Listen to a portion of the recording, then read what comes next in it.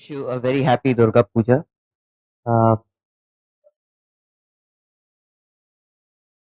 by this time, you would have attempted quite a few problems.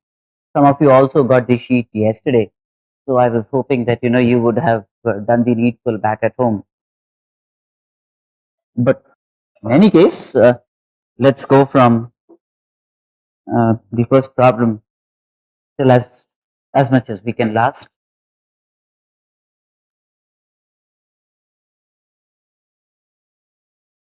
So we have fx equal to the first problem sine cube x plus lambda sine square x.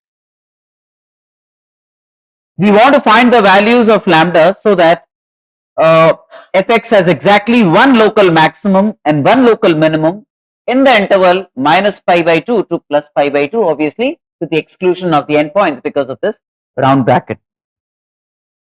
Now,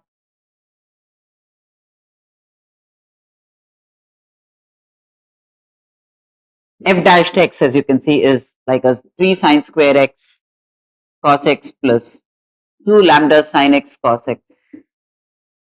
You might want to take a sine x cos x common from this. You're left with a 3 sine x plus 2 lambda. For an extremum, this must be 0. Realize that in the interval minus pi by 2 to plus pi by 2, cos x is not 0. So the two local extrema are obtained by putting sin x equal to 0 and this equal to 0. Sin x equal to 0 will give me one local extrema, and then the other one is when sin x is minus 2 lambda by 3, right? When sin x is minus 2 lambda by 3, that means minus 2 lambda by 3 must be less than 1 greater than minus 1, because again not equal to 1 or minus 1, because minus pi by 2 and plus pi by 2 are not included, so sin x can be plus 1 or minus 1. Not only that, so this essentially gives me minus 2 lambda greater than minus 3 less than 3, or lambda less than or equal to 3 by 2 and greater than minus 3 by 2, right? But then this includes lambda equal to 0. Minus 3 by 2 to 3 by 2 includes lambda equal to 0. But lambda equal to 0 would correspond to sin x equal to 0, and that will not lead to two distinct extremas, right? So then this set of values of lambda with lambda not equal to 0, exclude from this interval lambda equal to 0, and that must be the desired set of lambdas for which you'll have exactly one local maximum and one local minimum, right?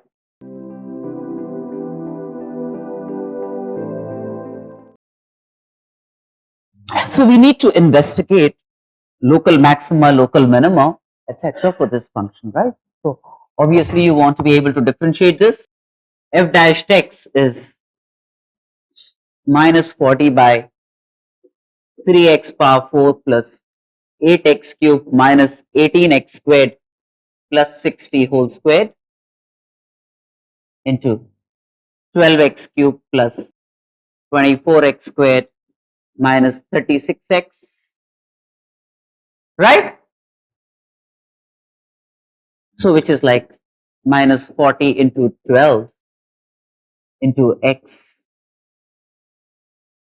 squared plus 2x minus 3 by a square, right?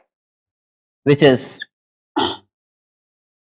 minus 480x. This I could factorize as x plus 3 into x minus 1, x plus 3 into x minus 1.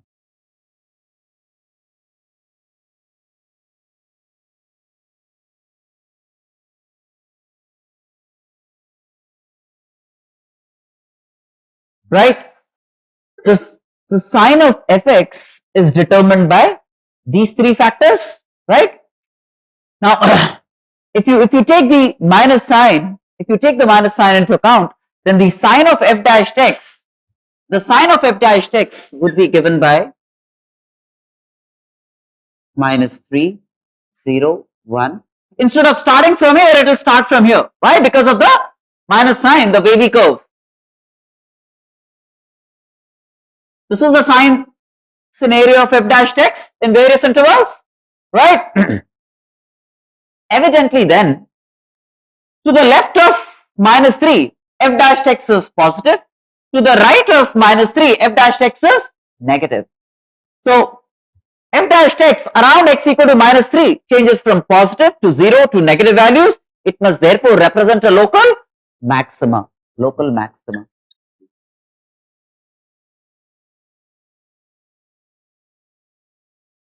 Obviously, a local maxima would be followed by a local minima, and which you can also see because f dash changes from negative to positive values to 0. So this must be a local minima. And x equal to 1, that must be a local maxima once again. Now,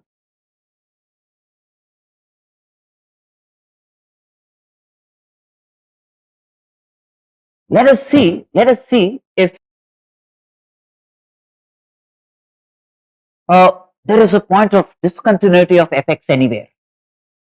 Have you been able to locate any point of discontinuity of fx? Okay, where do you expect fx to be discontinuous? In this case, where if there exists an x where fx where the denominator becomes 0, right? Where denominator becomes 0. Now, if you just look at the denominator, phi x, 3x power 4 plus 8x cube minus 18x squared plus 60. The interval, let's say, minus 3 to 1, for example. Let me look at this interval, minus 3 to 1, which includes 0. Let me see if there is a change of sign anywhere. Let me see if there is a change of sign anywhere.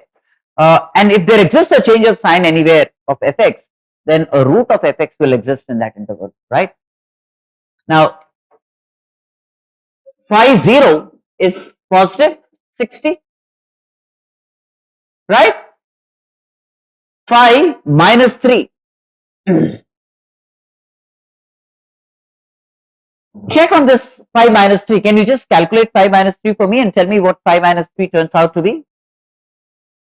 Just calculate phi minus 3 and tell me what it turns out to be.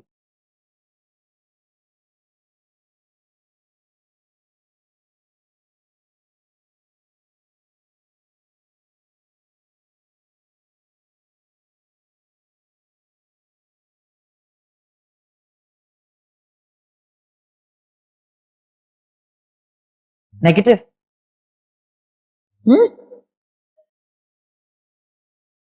Phi minus 3 is? Huh? It's a negative number? I expect it to be negative. It's a negative number.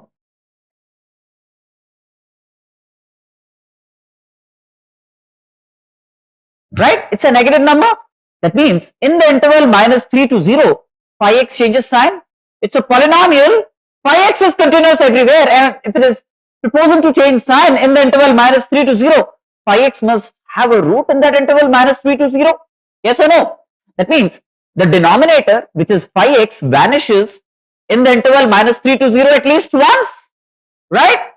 And if it vanishes, that means say it vanishes at some x equal to a. In the interval minus 3 to 0, it vanishes at some x equal to a.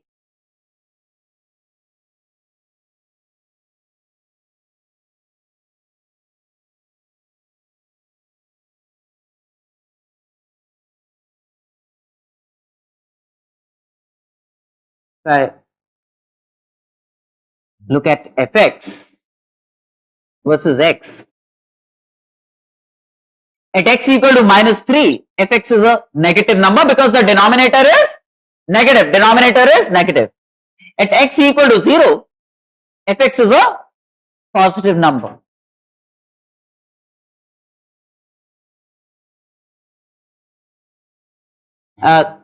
This is just, and the denominator becomes 0 somewhere between minus 3 to 0. The denominator becomes 0 somewhere in the interval minus 3 to 0. Let's say at some x equal to a, it becomes 0. At some x equal to a, it becomes 0. Which means when x is to the left of a, the denominator is negative and comes closer and closer to 0.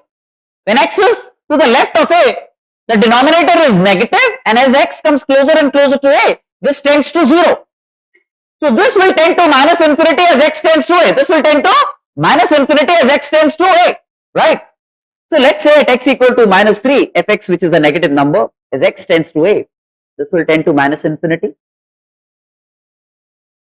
As x comes closer and closer to a, the denominator is negative and it comes closer and closer to 0. So fx will come closer and closer to minus infinity. How about it?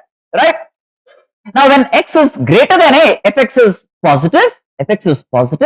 But again, as x comes closer and closer to a from the greater than a side, the denominator comes closer and closer to 0 from the greater than 0 side. So this will come closer and closer to infinity from the greater than 0 side. So which means at x equal to 0, it's positive. As x comes closer and closer to a, fx comes closer and closer to plus infinity. Right? And we've already figured out that the function has a local maximum at minus 3. It has a local minimum at 0. And it has a local maximum once again at x equal to plus 1. Do you then realize that in the interval minus 3 to 1, therefore, if someone talks of the greatest value of the function or the least value of the function, that means a global maximum or a global minimum, then that does not exist. See, a global maximum, well, it becomes very large. So there is no concept of a global maximum in this interval, right? And it becomes very small, infinitely small, so to say, minus infinity, right? So then there is no global minimum in this interval. There is a local maximum, there is a local minimum, but there is no greatest value of the function, there is no smallest value of the function, there is no global maximum or a global minimum of this function in the interval minus 3 to 1, right? You realize that?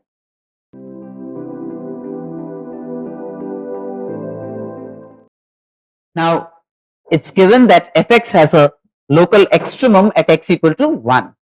Hey, I reiterate one fact that I had spoken of once upon a time, that f dash x equal to 0 at a given point does not guarantee existence of an extremum at that point. And I'll quickly tell you why that's the case. Now, this, for example, at around x equal to a, f dash x is 0, and to the left of x equal to a, f dash x is positive. To the right of x equal to a, f dash x is negative. So when you move from the left of a to the right of a, f dash x changes sign from positive to 0 to negative values, right? And then a local maximum emerges out of this. Local maximum. And then, in a situation of this kind, to the left of x equal to a, f dash x is positive. To the right of is negative. To the right of x equal to a, it's positive. At x equal to a, 0. Once again, the commonality between this situation and this situation is that when you go from the left of a to the right of a through a, f dash x ceremoniously changes sign, right? There is change of sign associated with f dash x becoming 0 at x equal to a. And that is what guarantees existence of a local maximum or a local minimum. In contrast,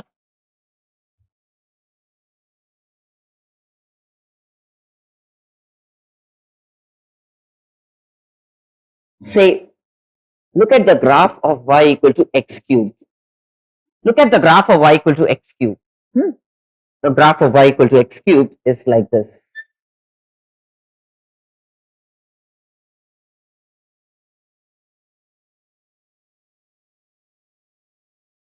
Y dashed is 3x squared. At x equal to 0, y dashed is 0. That means at x equal to 0, At x equal to 0, dy dx becomes 0, dy dx becomes 0. Good, good. Do you realize that there is no case of a local maximum or a local minimum at x equal to 0? There is no case of a local maximum or local minimum at x equal to 0. I mean, what's a local maximum? A local maximum would be when this value is at x equal to a is higher than all the neighboring values on either side, no matter how small that neighborhood is. When is this a local minimum? When this value is smaller than all the values in the immediate neighborhood. If you can find such a neighborhood, then that will guarantee existence of a local minimum. In this case, is this value higher than values in a neighboring interval? Lower than values in the neighboring interval? All values? No. So it does not subscribe to a local maximum or a local minimum. In fact, what you see is when x is slightly less than 0, dy dx is positive. When x is slightly greater than 0, dy dx is positive. That means in your migration from the left of 0 to the right of 0, dy dx does not change sign. Dy dx maintains the same sign. So if around x equal to a, dy dx still retains sign, and even though dy dx could be 0 at x equal to a, if dy dx maintains the same sign in the neighborhood around x equal to a, when you go from the left of a to the right of a, then that's never going to be an extremum. It's going to be a point of monotonicity of the function. In fact, if at x equal to a, dy dx becomes 0, and to the left of a as well as to the immediate right of a, if dy dx is positive, then x equal to a would be a point regarded as a point where the function is increasing, monotonically increasing. The function is said to be increasing at a point in this case. Even though the dy dx becomes 0 at x equal to 0, the dy dx to the left of 0 and to the right of 0 is both positive. And therefore, the function is increasing at x equal to 0 despite dy dx being 0 at x equal to 0. It does not have an extremum because dy dx maintains the same sign in the entire neighborhood around x equal to 0 on either side of x equal to 0. You could also have a situation where, for example, the graph of minus x cube would be like this.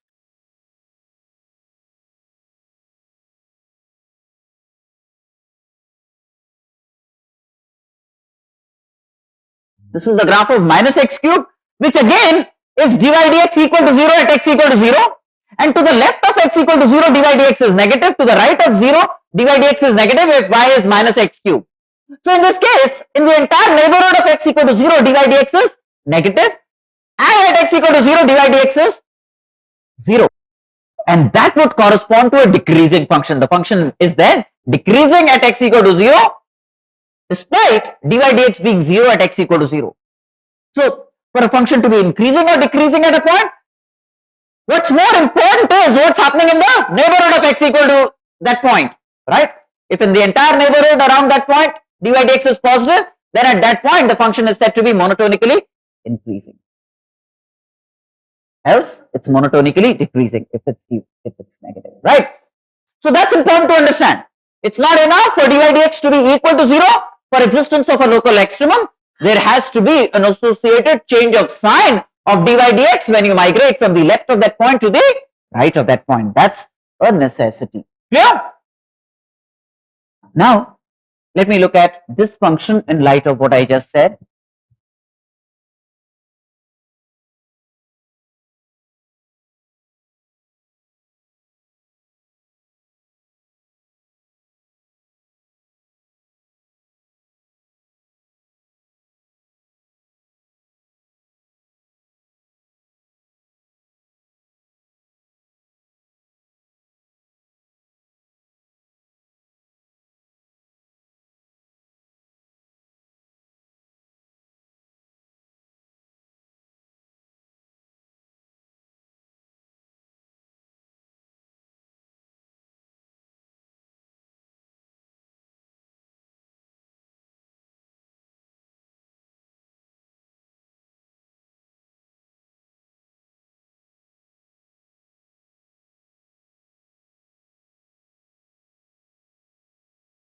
Obviously, at x equal to 1, dy dx is 0. You can see at x equal to 1, f dash x is 0. But does it necessarily mean that x equal to 1 has to be a local extremum? No, no. In fact, dy dx must change sign. Dy dx must change sign when you go from the left of x equal to 1 to the right of x equal to 1. In fact, do you realize that if n minus 1, if n minus 1 was even, then whether x is slightly less than 1 or x is slightly greater than 1, x square minus 1 to power n minus 1 will still be positive. That means to the left of x equal to 1 and to the right of x equal to 1, to the left of x equal to 1 and to the right of x equal to 1, f dash x will have a positive sign. F dash x will have a positive sign. And that would cause f dash x to not have a local extremum at x equal to 1, right? You know what I'm saying? No, you're not sure about what I said. Huh? I'll repeat. I said, if n minus 1 is even, and you take values of x slightly less than 1, slightly less than 1 means x square minus 1 will be negative, but it's raised to an even power, so this will still be positive. That means to the left of x equal to 1, f dash x is still positive. To the right of x equal to 1, again, it's positive because it's raised to an even power, no matter what x square minus 1 is. That means in the entire neighborhood of x equal to 1, f dash x has the same sign. Therefore, x equal to 1, despite f dash x being 0 at x equal to 1, will not offer to give you a local extremum, because it's not producing any change of sign of f dash x in the neighborhood around x equal to 1. That is when n minus 1 is even. That is when n minus 1 is even, x equal to 1 will not be a local extremum. In fact, if n minus 1 was even, that is when n was odd. N minus 1 even means when n is odd, at x equal to 1, the function would be monotonically increasing. Why? Because the sign of the derivative is positive in the neighborhood. Even though f dash x is 0 at x equal to 1, the sign of the derivative is positive in the neighborhood, and the function at x equal to 1 would be monotonically increasing, right? So, if even, that is when n is odd, then x equal to, at x equal to 1, function is monotonically increasing. Function is increasing, right? If n minus 1 is odd, if n minus 1 is odd, when n minus 1 is odd, then when x is slightly less than 1, this is negative, raised to an odd power, so it's going to be negative, right? When x is slightly greater than 1, it's positive, and therefore this will be positive. Therefore, when n minus 1 is odd, as you go from the left of x equal to 1 to the right of x equal to 1, x square minus 1 whole to power n minus 1 changes sign from negative to positive values, And if f dash x changes sign from negative to positive values, fx must have a local minima, at that point. So then, if n minus 1 is odd, then a local minimum exists. Local minimum exists at x equal to 1 because there is change of sign of f dash x, and n minus 1 equal to odd, that means whenever n is even. So n can be 2, 4, 6, 8, etc. And then x equal to 1 would offer to give you a local minimum.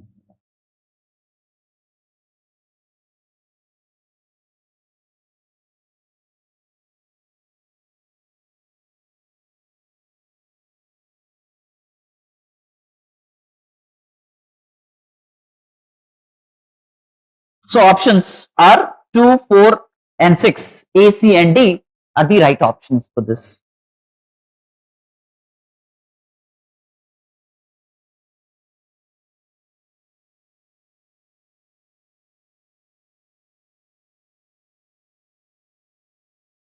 And you know, if you're tempted to believe, well, why did I look at the sign of just the quantity x square minus 1 whole to power n minus 1? Then realize that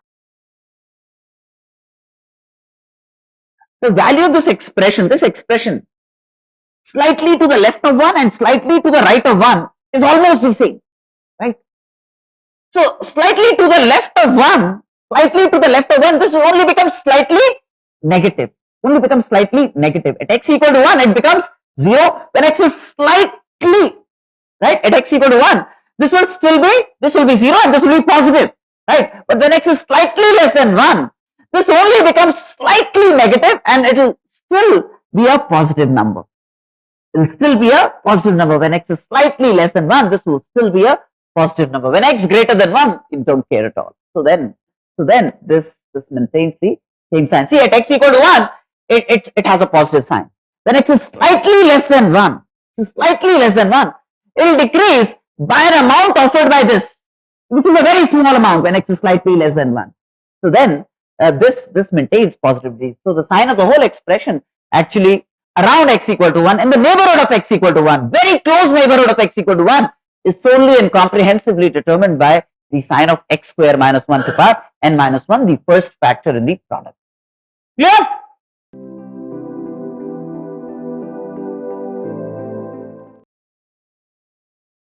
That's f dash x, right? That's f dash x. Now, when x belongs to 0 to pi by 2, cos x plus x is positive.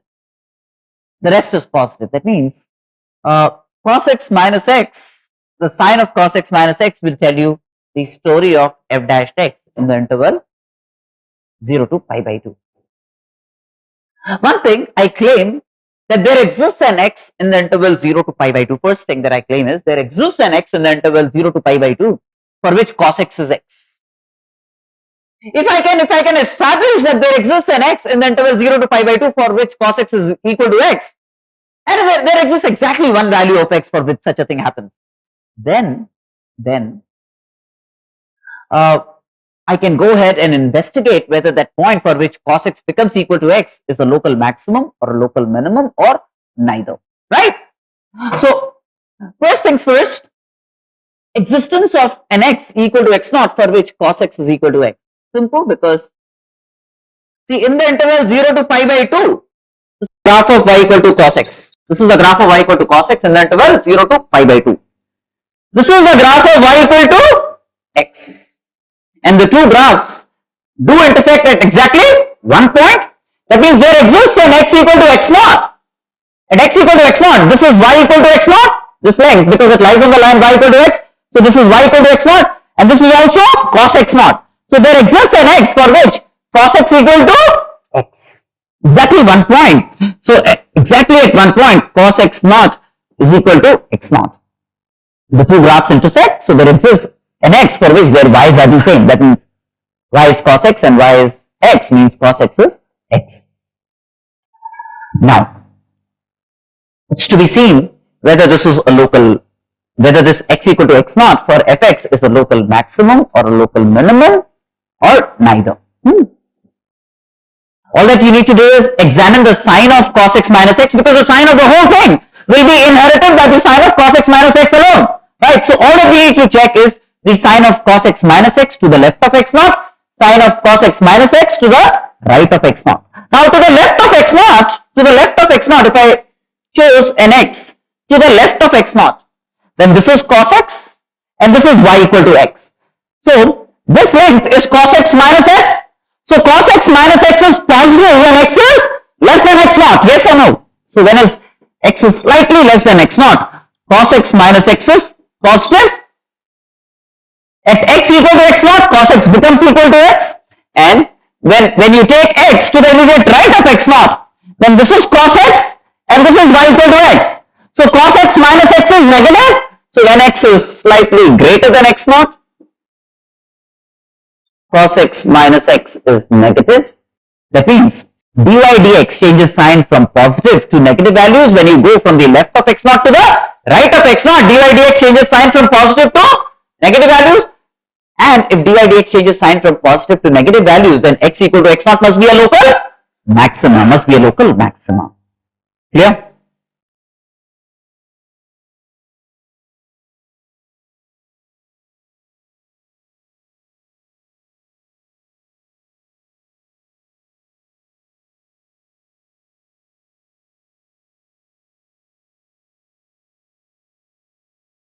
So B is right. Fx has exactly one point of maxima. Fx increasing in the interval 0 to pi by 2. No, decreasing, because, right? And Maxima occurs at x naught, where x naught is cos x naught. Let's look at 5. Let's look at 5.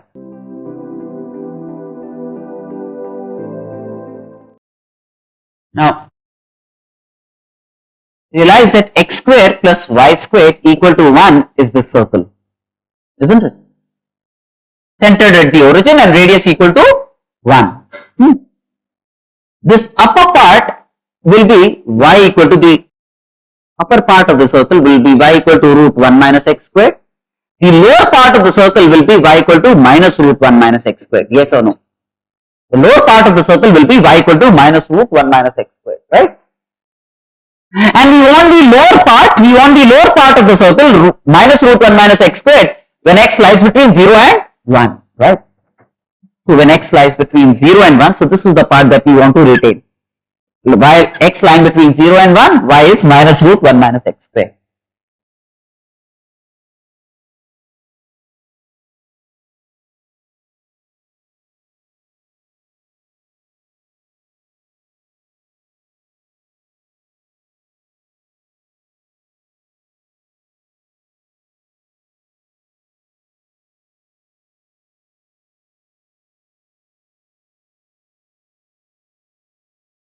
When x, so up to 1, it goes as this, right? So when x is greater than 1, it goes as y equal to minus x. This is the line y equal to minus x.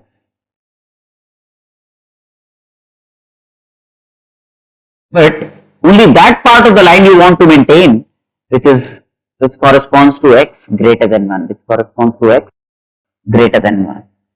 So the graph of the function is this solid line and this solid line. That's a graph of y equal to fx. That's a graph of y equal to fx. Now, look at x equal to 1. Look at x equal to 1. Is it a local maximum, local minimum, increasing, decreasing, or what? What is it? What is x equal to 1 for this? At x equal to 1, the value of the function is 0, as you can see. To the immediate left of 1, it has negative values, and to the immediate right of 1, it has negative values. That means, if you include x equal to 1 and if you take the entire neighborhood around x equal to 1, the function has the greatest value at x equal to 1. In the entire neighborhood around x equal to 1, of all the ordinates that you have, the greatest is at x equal to 1 because it's 0 at that point and negative on either side, right? So x equal to 1 in that context must be a local maxima, x equal to 1 is a local maxima, right? That's the basic definition of a local maxima. On either side, the values must be smaller than the value at x equal to a, then x equal to a would be a local maximum. So on either side, the value of the function is smaller than the value at x equal to 1. So x equal to 1 for fx must be a local maximum, right? So x equal to 1, a local maximum. Now, if I have to draw the graph, so this whole thing, this composite graph was the graph of y equal to fx. If I have to draw the graph of f inverse x, what am I going to do? Reflect this about the line y equal to x, I'll get the graph of y equal to f inverse x. The graph of y equal to f inverse x would be obtained by simply reflecting this graph, obtaining the mirror image of fx about y equal to x, This is the line y equal to x.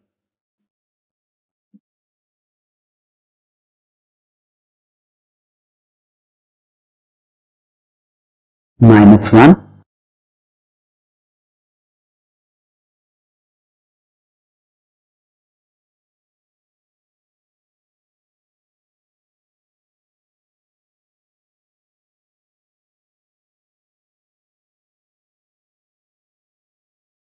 This is a kink. This along with this will give me the graph of f inverse x, Now, is x equal to minus 1 for f inverse x a local maximum or a local minimum or neither? Local minimum. Why? Because at x equal to minus 1, the value is smaller than all of the values in the entire neighborhood. So that means x equal to minus 1 must be a local minimum for f inverse x. So for f inverse x, local, this is local minimum for f inverse x. For fx, this must be a local maximum.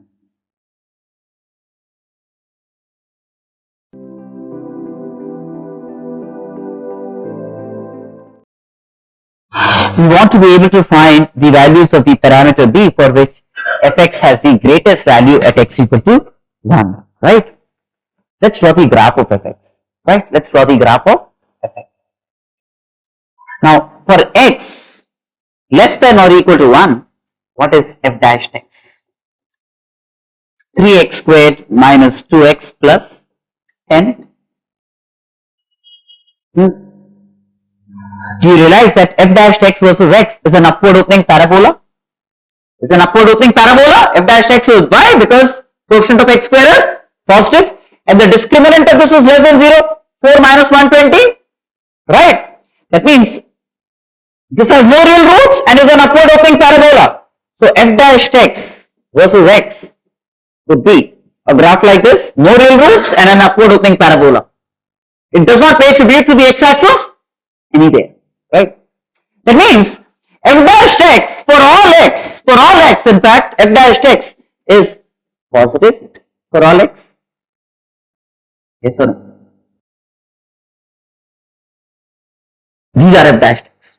If f dash x is positive for all x, that means fx must be a increasing function of x. Fx must be an increasing function of x. So this would guarantee fx to be increasing. Fx then is an increasing function of x. Clear? Now,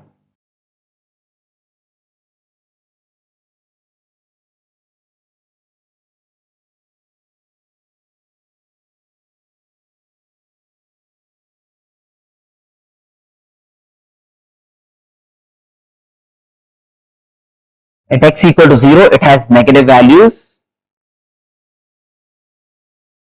The negative value.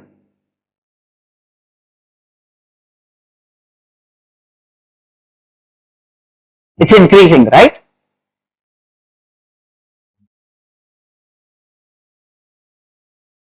At x equal to 1, it has a value 5.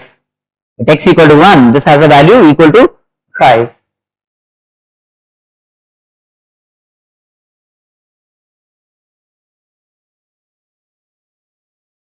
This is the graph of fx to the left of x equal to 1, which includes 1. Right? I hope you realize why it starts from minus infinity. And since f dash x is positive, fx is a monotonically increasing function. If it's a monotonically increasing function, means there is no local maximum or no local minimum of the function. It just goes on increasing. And at x equal to 1, it arrives at a value equal to 5. At x equal to 1, it becomes equal to 5. Right? That's the description of fx graphically up to x equal to 1, starting from minus infinity to 1. Now, y equal to minus 2x plus c. This is y equal to minus 2x plus a constant, right? Which is a straight line with slope minus 2. Which is a straight line with slope minus 2. Now, there are three possibilities. You know, if b is very large, then this would be a very large number. And this could be greater than 5. At x equal to 1, this could be greater than 5.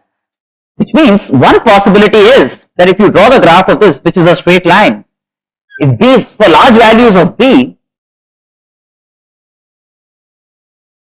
it will fall like y equal to minus 2x plus, let's say, some constant c, where c is this, where c is this. Yes or no?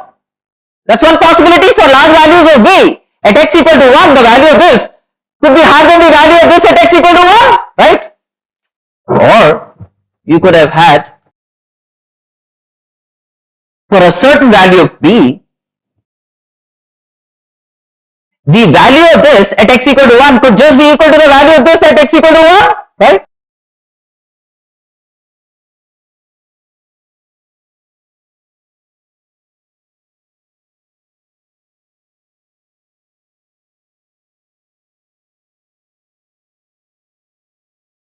This is y equal to minus 2x plus c.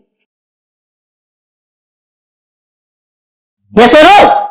When the right hand limit of this as x tends to 1 is 5. When the right hand limit of minus 2x plus c as x comes closer and closer to 1 is 5, then its limit as x tends to, this must be x greater than 1 in fact. I'm so sorry. Otherwise it doesn't make sense, you know. This has to be x greater than 1. And there is a value of x, there is a value of b for which a set of, if b is small, then the value of this at x equal to 1 would be smaller than the value of this at x equal to 1. And then the graph of this will be like this. At x equal to 1, the right hand limit is smaller than 5. The right hand limit is x comes closer and closer to 1. Minus 2x plus c comes closer and closer to a value less than 5. That will happen if b is a small number, right? Three possibilities, right?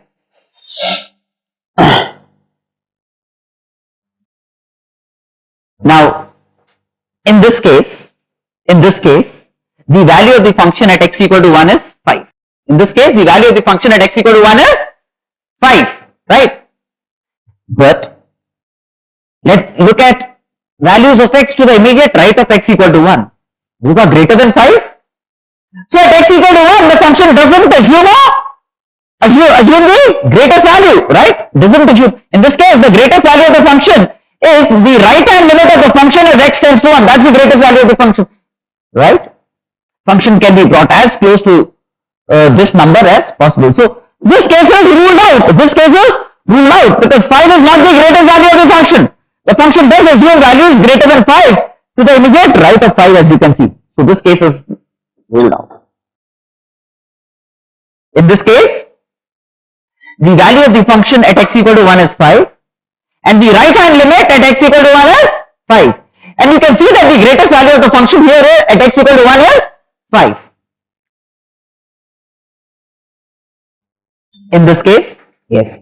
At x equal to 1, the value of the function is 5. And at all other values of x, it assumes values less than 5. So this is relevant and this is relevant. And what causes this case and this case to be relevant? The fact that limit, the right hand limit minus 2x plus log b squared minus 2 to the base 2 as x tends to 1 from the greater than 1 side is less than or equal to 5. The right hand limit is this value, it could be either 5 or it has to be less than 5. And these two cases together would constitute a case where the function indeed has the greatest value at x equal to 1. At x equal to 1. Yes or no? Right? Therefore, we need to take care of this case.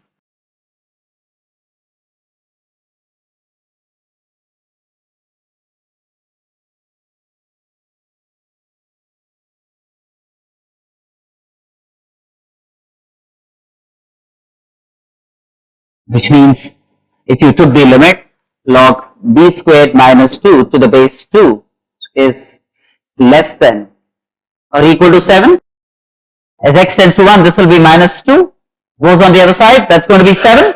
Or b squared minus 2 less than or equal to 2 to the power 7, which is 128. b squared, but also this has to be defined. So this has to be greater than 0.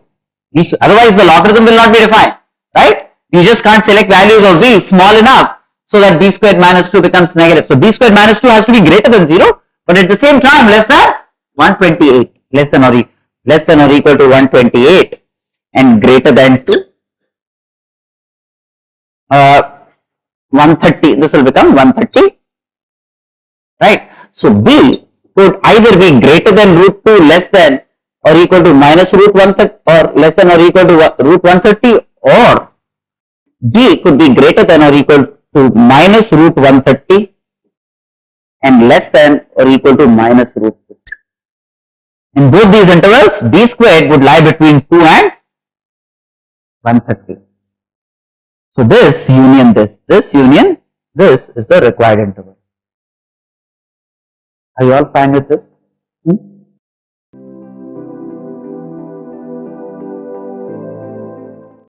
Hey, if you recall, I very clearly said the following.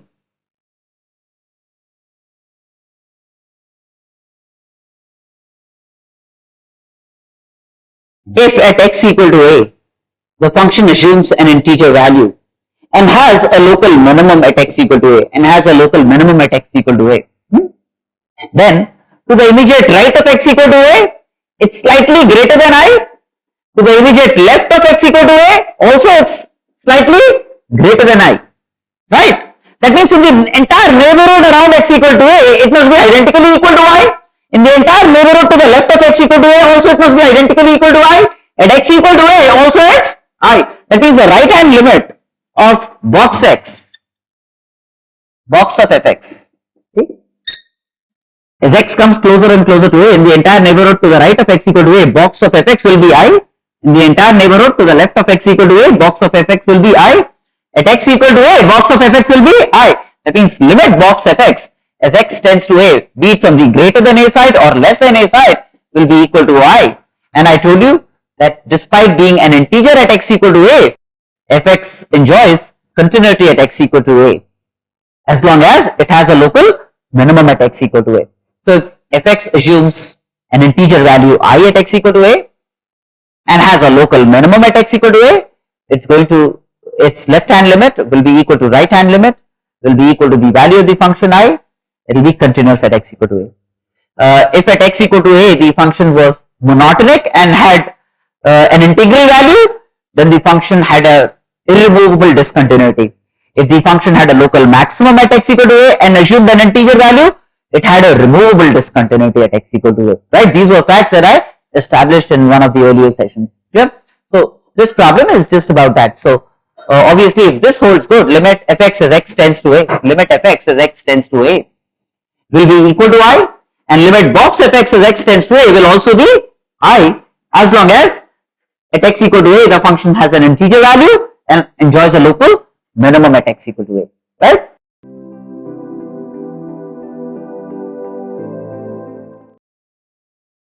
Now, when does cos theta plus sin theta assume a maximum value? At theta equal to cos theta plus sin theta assumes a maximum value at theta equal to pi by 4, isn't it? At theta equal to pi by 4, it assumes a value root 2, which is the maximum of this function, right?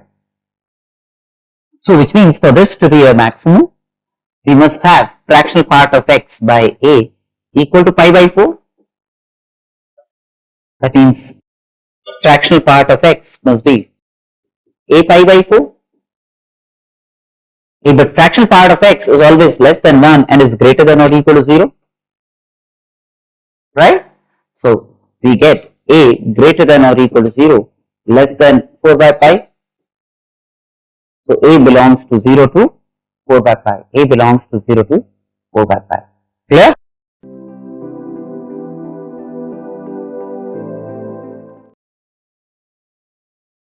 Alright. First of all, just drop 2x minus x square, which is a downward opening parabola having roots 0 and 2. Having roots 0 and 2.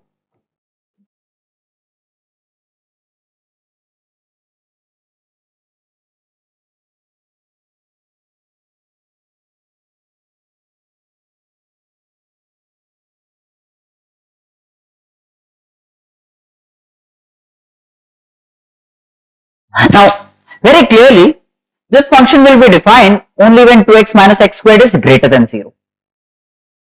Right? So the domain of fx is between 0 and 2, because it's only between 0 and 2 that 2x minus x squared is. So this function is defined only for x greater than 0, less than 2. The graph of this function will exist only when 2x minus x squared is positive. 0 and 2 can't be included in the description because at x equal to 0 or 2, this becomes 0 and undefined entity. Right?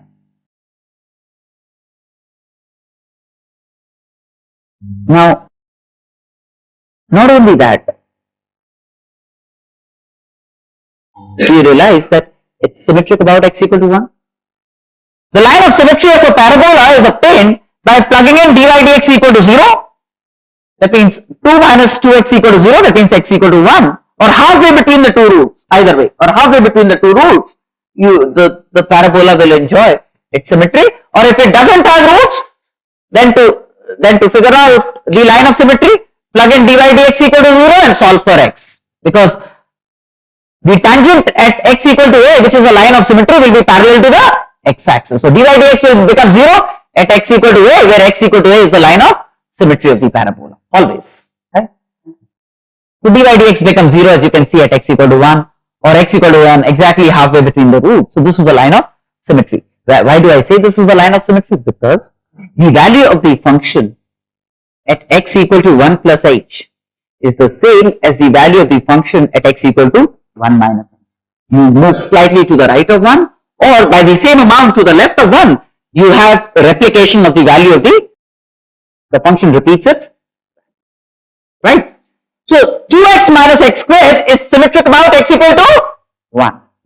Now, hey, if this length is equal to this length, then the log of this length is also the same as log of this length.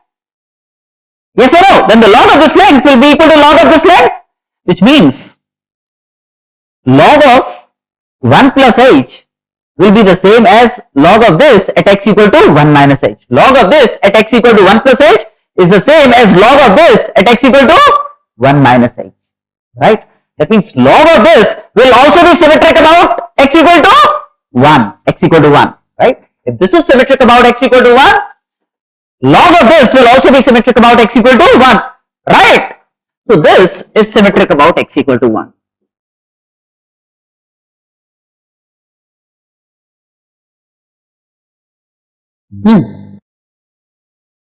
Next, the graph of sine pi x by 2.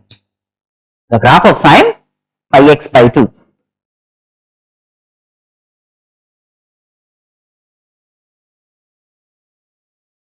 And obviously, only in the interval 0 to 2, because the limitation on the domain is obtained by the limitation of the domain of this. The domain of the entire thing is limited by the domain of this, right? This doesn't have a limitation.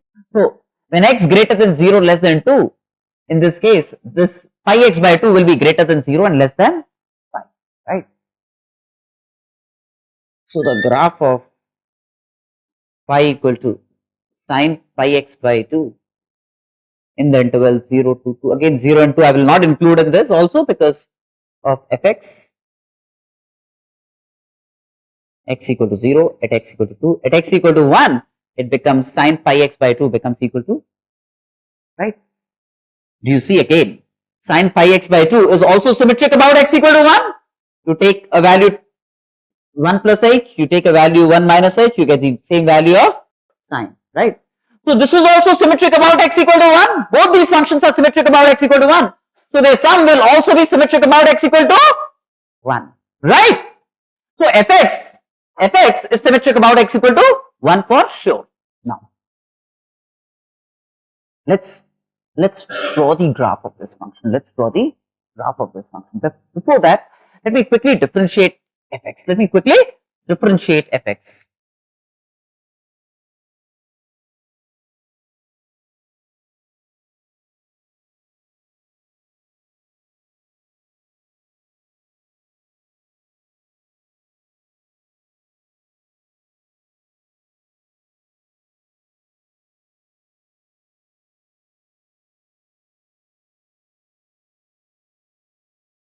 That's a dash text. That's a dash text, right?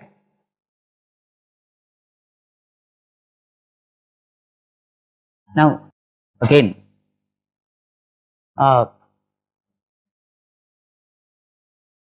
both sine pi x by 2 and 2x minus x squared, they give you a local maximum at x equal to 1. Right? In fact, f dash x should also become 0 at x equal to 1, which you can see, right? Which you can see from here. You would also expect then that the sign of you would also expect that not only is x equal to 1 a point where f dash x is 0. X equal to 1 is also a point where there is a local maximum. Because this assumes a local maximum at x equal to 1. This also assumes a local maximum at x equal to 1. Right? This local maximum, why does this assume a local maximum? Because check on this. To the left of x equal to 1, it has a positive sign. To the right of x equal to 1, this has a negative sign. And 2x minus x squared around x equal to 1 is anyways positive. Right? So this changes from positive to negative values. And this also will change from positive to negative values. Why? Because to the left of x equal to 1, it's like slightly less than pi by 2, positive. To the right of x equal to 1, this will be greater than pi by 2 and cos of this will be negative. So f dash x around x equal to 1 changes sign from positive to 0 to negative values.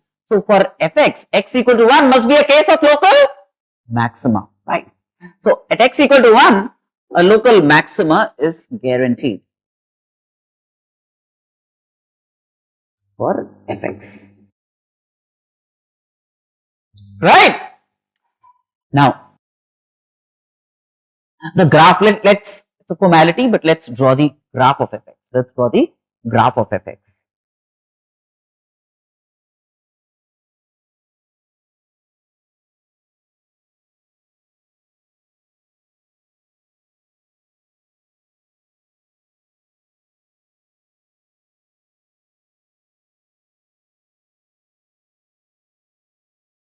It's confined, the graph of fx is confined to 0 to 2. From x equal to 0 to x equal to 2 does not include 0 or 2, does not include 0 or 2. And at x equal to 1, which is the line of symmetry, at x equal to 1, which is the line of symmetry, the function attains a local maximum, assumes a local maximum. At x equal to 1, the value of the function is log 1, 0, sin pi by 2, 1. Right? So at x equal to 1, the function assumes a value equal to 1 and has a local maximum. So for sure, the graph around x equal to 1 must be like this. Right? Now, as x comes closer and closer to 0 from the greater than 0 side, right? So 2x minus x squared will also come closer and closer to 0 from the greater than 0 side, because 2x minus x squared to the right of x equal to 0 is positive. So this tends to 0 from the greater than 0 side. So log of a number coming closer and closer to 0 from the greater than 0 side would be minus infinity. So this will tend to, log of this will tend to minus infinity, yes or no, Shan? Right? So that means as x comes closer and closer to 0 from the greater than 0 side, fx tends to minus infinity. Right? As x comes closer and closer to 2 from the greater than 2 side, 2x minus x squared tends to 0 from the greater than 0 side, right? So this again tends to 0 from the greater than 0 side, and log of this will tend to minus infinity once again.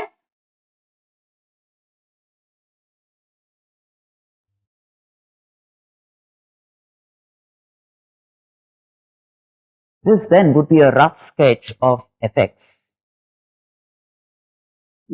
Local maximum at x equal to 1 is the greatest and least value defined for the greatest is defined. The greatest is 1, but is the least value defined for the function? No, because it goes to a very, very small value, smaller than what you can imagine. So there is nothing like a least value of the function, or a global minimum is not defined for this function. Symmetric about x equal to 1, and it has very clearly 2 roots. In the interval 0 to 2, it has 2 roots. One is this root, alpha. Fx becomes 0 once between 0 and 1, and once between 1 and 2. And again, for the sake of symmetry, if this is h units to the right of x equal to 1, this must be h units to the left of, because it enjoys symmetry about x equal to 1. Right? That means alpha plus beta by 2 must be 1. That means the sum of the roots of this must be 2. Yes or no? Alpha beta must be equispaced on either side of x equal to 1 because of symmetry considerations. So Alpha plus beta by 2 must be this point, which is 1. So alpha plus beta must be 2. Yes or no? Some of the roots of this fx must be 2. Are you all there with me on this? Right?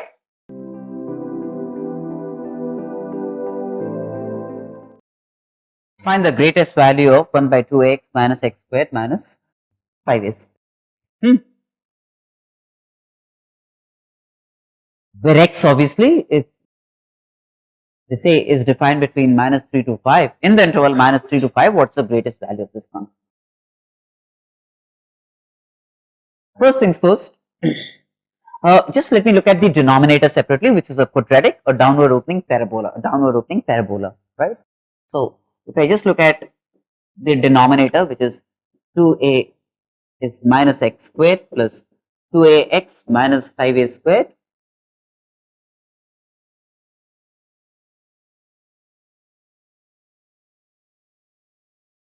Downward opening, and what's the discriminant of this? 4a squared minus plus minus 20a squared. So negative. Discriminant is negative. So no real roots. Downward opening parabola with no real roots. And at x equal to 0, it assumes a value equal to minus 5a squared. And the line of symmetry of this is obtained as minus 2ax plus 2a equal to 0. So x equal to minus 2ax plus 2a equal to 0. So x equal to 1 by 2a. X equal to minus 2x plus 2a equal to 0.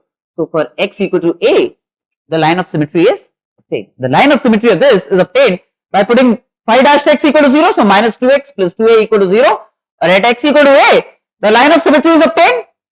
So this has no real roots and its line of symmetry is x equal to a.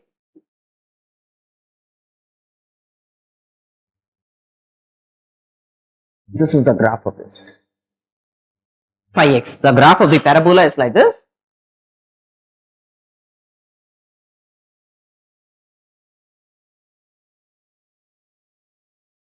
And what's the value of this at x equal to a? The value of this at x equal to a is minus a squared plus 2a squared minus 5a squared, so which is like minus 4a squared is the value of this at x equal to a.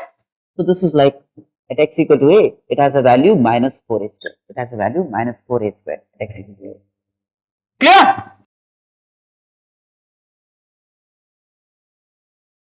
Now, the other facts that you see about this is that as x tends to plus or minus infinity, as x tends to plus or minus infinity, phi x tends to minus infinity. Phi x tends to minus infinity. Phi x will remain negative and will tend to minus infinity as x tends to plus or minus infinity. You see all these facts in place, right? Now let's draw the graph of fx. Now let's draw the graph of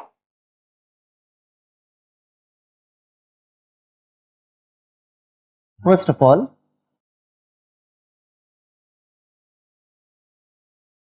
f dash x. F dash x, as you can see, is like 2a minus 2x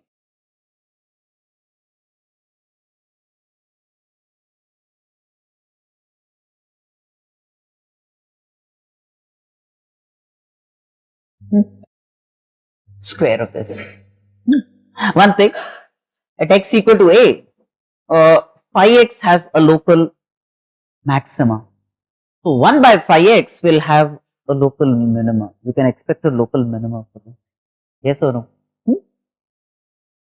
So the graph of fx is like this. At x equal to a, f dash x, as you can see, is vanishing.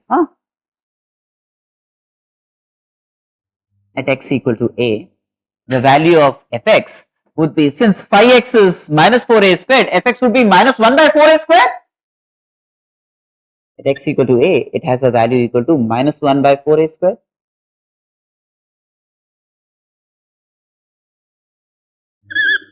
Right? And it has a local minimum. Why? Because the reciprocal of this has a local maximum. So this has a local minimum, right? And As x tends to plus or minus infinity, the denominator tends to minus infinity. Right? So the reciprocal of the denominator tends to 0. The reciprocal of the denominator will tend to 0. The reciprocal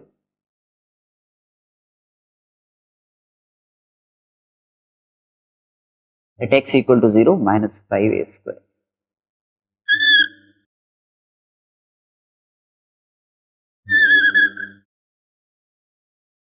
Just to give you, just draw a little enlarged view to make life clear.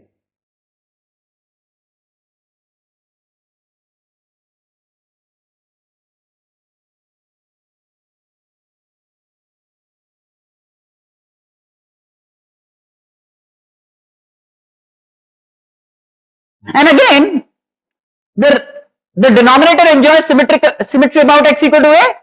So 1 by the denominator will also enjoy symmetry about x equal to a.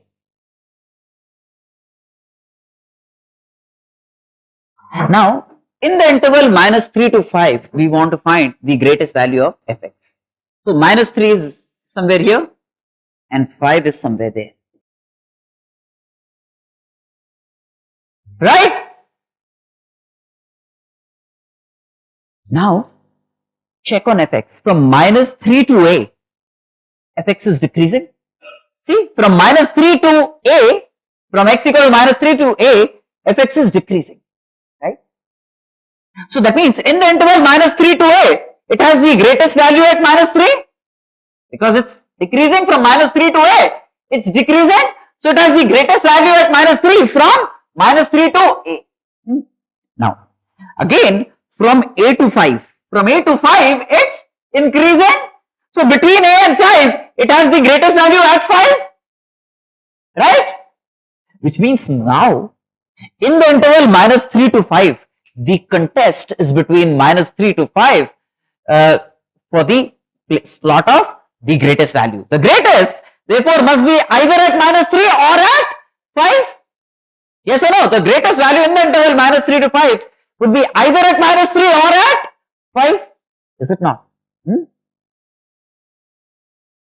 Now,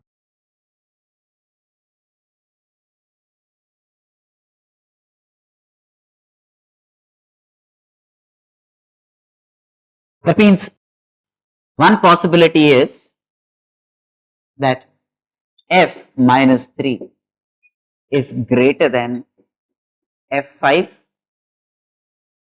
or it could also be equal to f5. That's also a possibility. That means minus 3 and 5 could be at the same value, could be at the same value. I mean, it's symmetric about x equal to a. That means that will happen, by the way, that's going to happen. My f minus 3 will be equal to f5 if this is exactly halfway between minus 3 to 5. Then the value this will be equal to value this, and the greatest would be at minus 3 as well as 5. And there is symmetry about x equal to a anyways, that's the reason. So that means the midpoint of 5 and minus 3 is 1.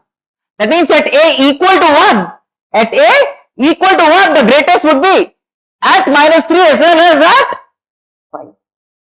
Right?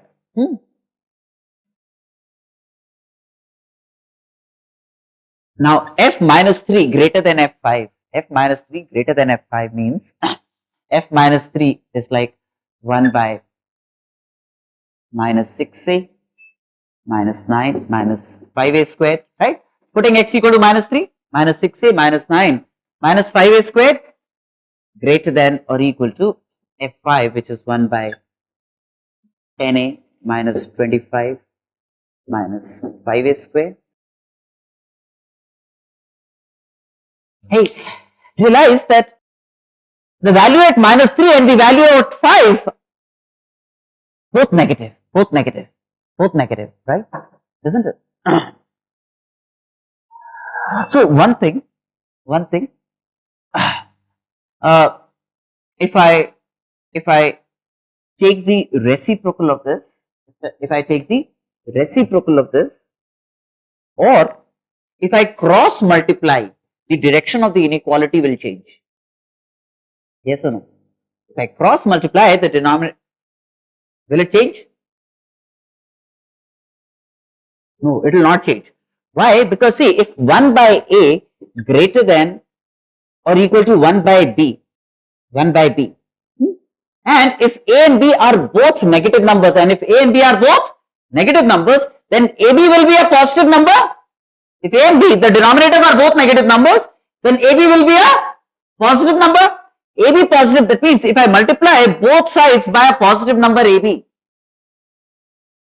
then the direction of the inequality will not change. Right? Then the direction of the inequality will not change. Do you realize that? That means I'll have B greater than or equal to A.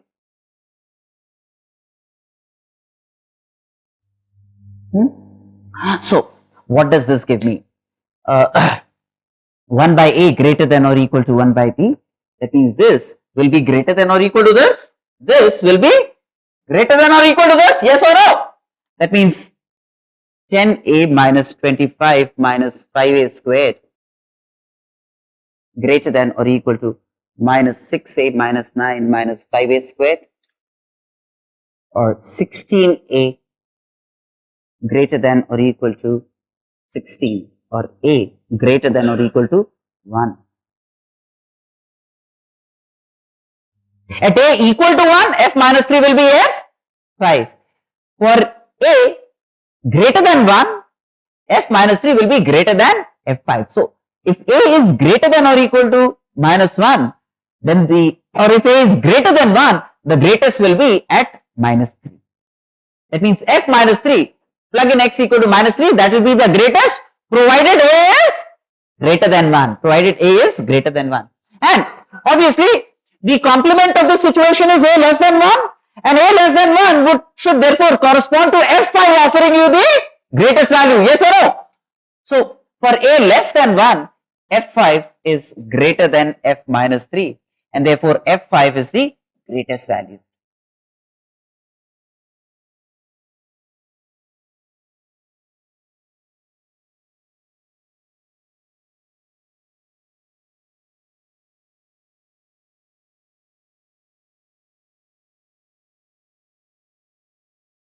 The other way I could have looked at it is without doing these calculations, right? I've actually just as an exercise, I carried out this calculation, but I didn't have to carry out all these calculations. One thing I have already convinced myself and you that it's symmetric about X equal to A. And I've already established that, well, both minus 3 and 5 will give you the same value if X equal to A is the midpoint of this. That means when A is 1, then the amount that you obtain, the change that you obtain from minus 3 to A is the change that you obtain from 3 to 5.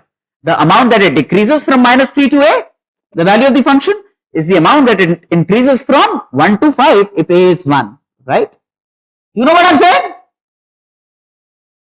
Now,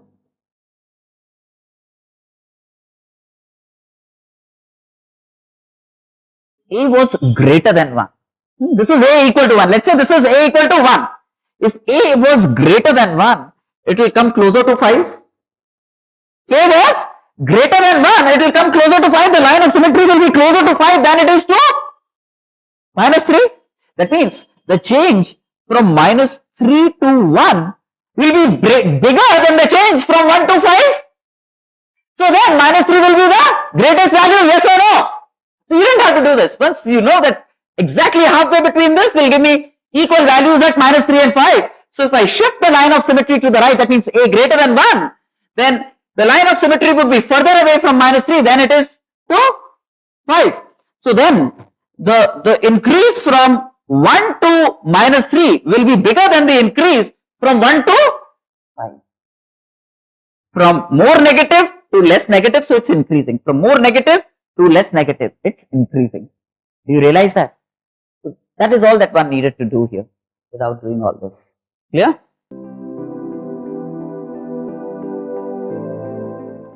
Now,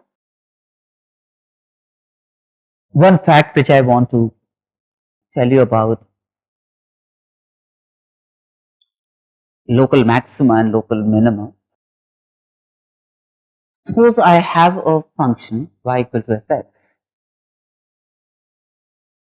I'll not spend time on the proof of this, but I want you to know this. Suppose I have a function y equal to fx whose derivatives, first order derivative, second order derivative, third order derivative, nth order derivative, all exist at x equal to a. The function is differentiable, let's say n times. The function is differentiable n times at x equal to a. Let's say all its derivatives exist from one, first, second, third, nth order derivative at x equal to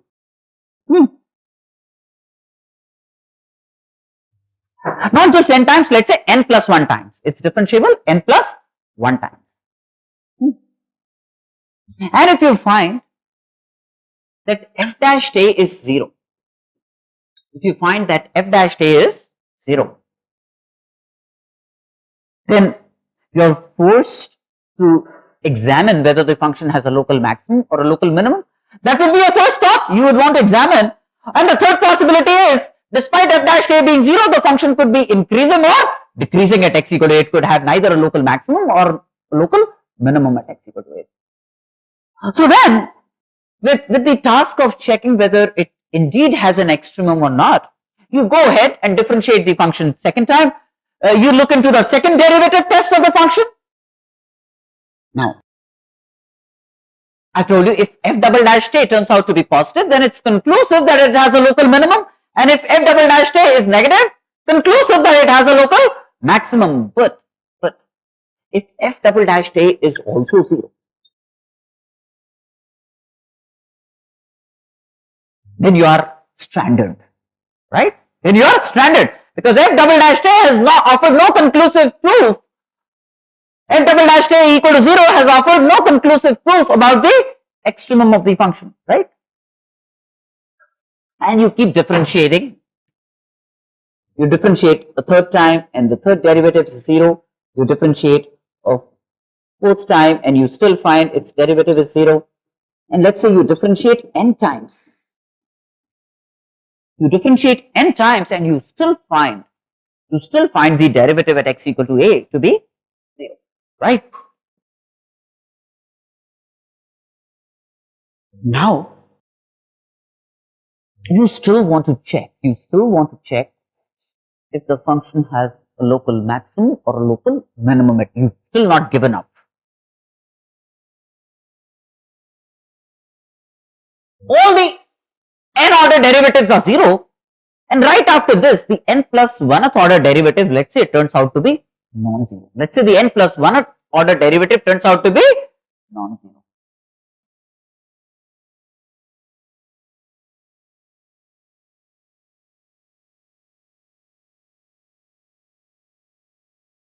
This is the first non-zero derivative at x equal to a that you encounter when you continue differentiating this function a certain number of times, right? Right? Now, two possibilities. This n plus 1 could be an even number, this n plus 1 could be an odd number, right? That means this order derivative, the first non-zero derivative, is of even order. It could be the second order derivative, the fourth order derivative, n plus 1 could be the sixth order, the eighth order, and so on and so forth. The first non-zero derivative is of an even order. The first non-zero derivative, let's say, is of even order. Let me look at that case. Case 1, when the n plus 1 is even. First non-zero derivative is of even order. First non-zero derivative is of even order, right?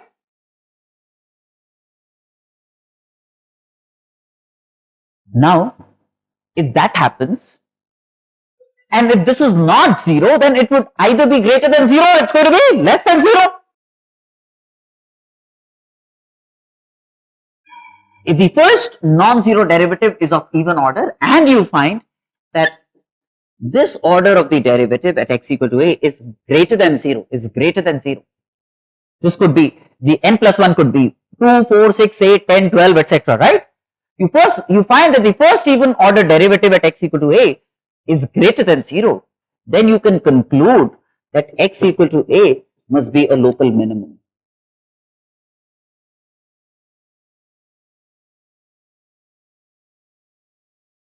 See, you found the second order derivative to be 0. But then you differentiated a third time, and let's say the fourth time you find the fourth order derivative to be non-zero at x equal to a. And if it turns out to be plus 1 at x equal to a, if the fourth order derivative turns out to be plus 1 at x equal to a, and all the prior derivatives have been 0, then you can still conclude that x equal to a is a case of local minimum, is a local minimum. Case B, if the first non-zero derivative is of even order and is negative, then you can conclude that x equal to a is a local maximum,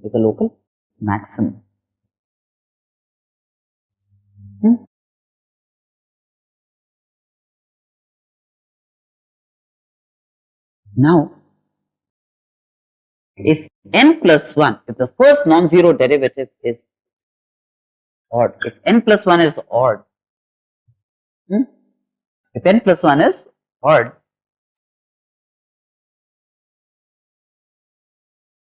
and if n plus 1 a is not 0, then x equal to a is neither a local maximum nor a local minimum. Then x equal to a is neither a local maximum nor a local minimum.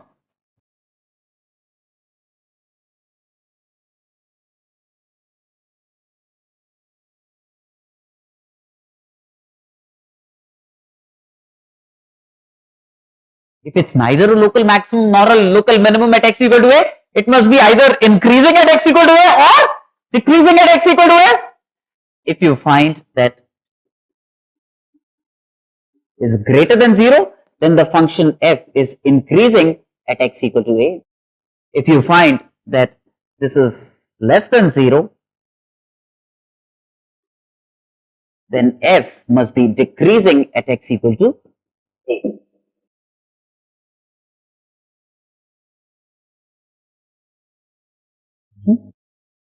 So if you find, let's say, the 20th order derivative, prior to 20th order derivative, let's say all derivatives turned out to be 0, and you find that the 20th order derivative is non-zero, and at x equal to a it's positive, then x equal to a must be a local minimum, else it must be a local maximum. If the first non-zero derivative, let's say, is the 21st order derivative, and if you find that at x equal to a, this 21st order derivative is plus 1, then at x equal to a, it must be a increasing function, otherwise a decreasing function. That's what happens. That's the blueprint, right?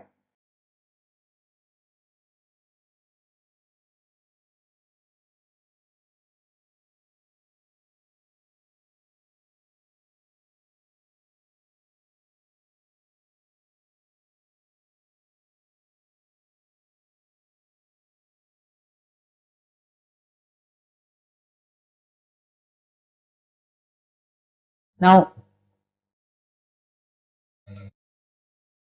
let's say if p is a natural number, and I had fx equal to x bar p.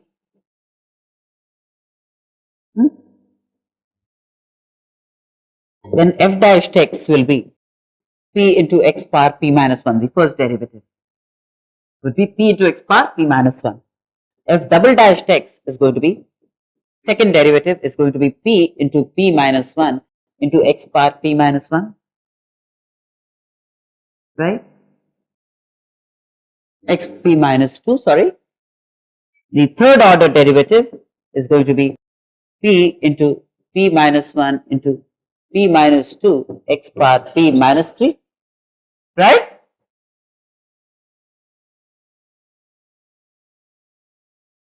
The nth order derivative,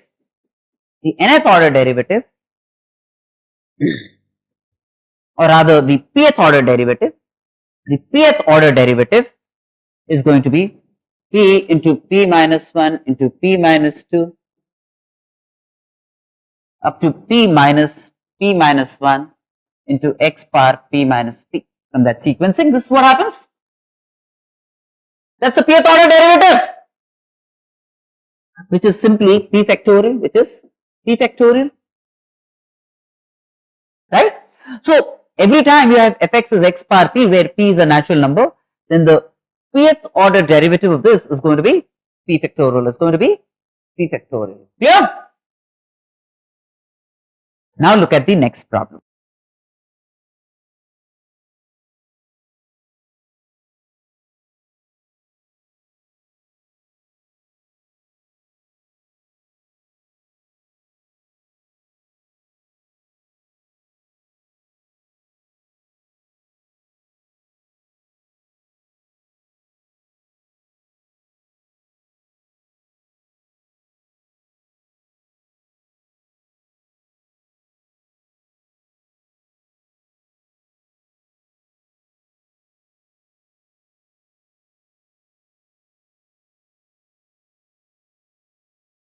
We have a function and all its derivatives up to the order 2n is 0 at x equal to a.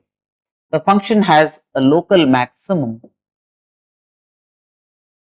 at x equal to a, and the value of the function at x equal to a, f a, is b.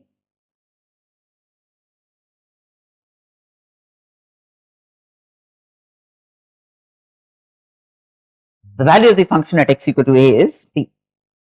Now we want to check on which of the functions will satisfy this criteria. Which of the functions will satisfy this criteria? First of all, if at x equal to a, the derivative of 2n order is 0, then the next even order derivative would be the 2n plus 2th order derivative. 2n plus 2th order, so you would expect, let's say, a 2n plus 2th order derivative at x equal to a to be less than 0. The first even order derivative, non-zero, must be 2n plus 2th order derivative. That must be less than 0 for it to have a local maximum at x equal to a, right? And by inspection, if you look at the function b minus x minus a to the power 2n plus 2, if this was my function, then very clearly the 2n plus 2th order derivative, 2n plus 2th order derivative at any given x is going to be minus, will stay there all the time, will stay there all the time, will be p factorial. Instead of p you have 2n plus 2, so it's going to be minus of 2n plus 2 factorial, which is obviously less than 0. So if the function was of this form, then the first non-zero derivative would be of order 2n plus 2, which is an even order derivative and is less than 0.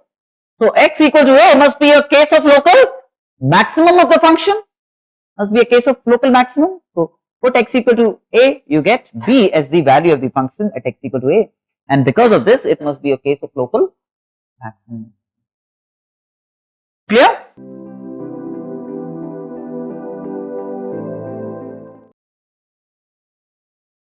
G dash x greater than 0 means gx is an increasing function of x, right? Gx must be an increasing function of x.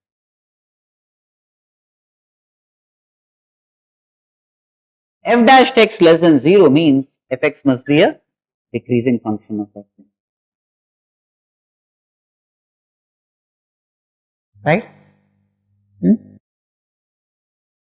Now, if gx is an increasing function of x, then look at values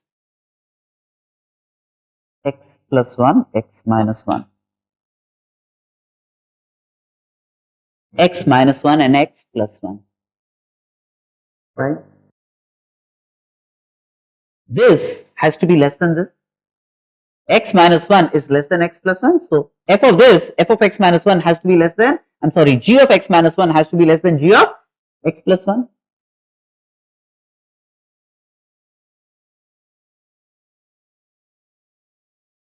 Right? So gx minus 1 is alpha and gx plus 1 is beta. Right? So alpha less than beta. Alpha less than beta. So look at this. This is alpha less than beta. So f alpha will be greater than f beta. F alpha will be greater than f beta. So f of this will be greater than f of this.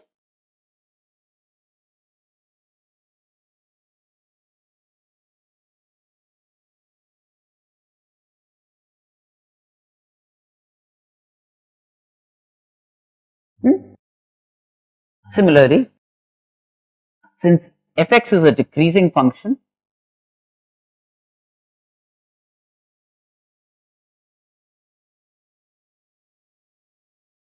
x minus 1 is this, x plus 1 is this, x minus 1 less than x plus 1.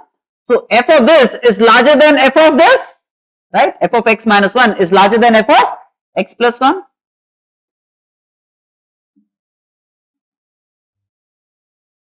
But if x minus f of x minus 1 is alpha, f of x plus 1 is beta, that means alpha greater than beta, that means alpha greater than beta. If alpha greater than beta, then very clearly G alpha will be greater than G beta. So G of this will be greater than G of this.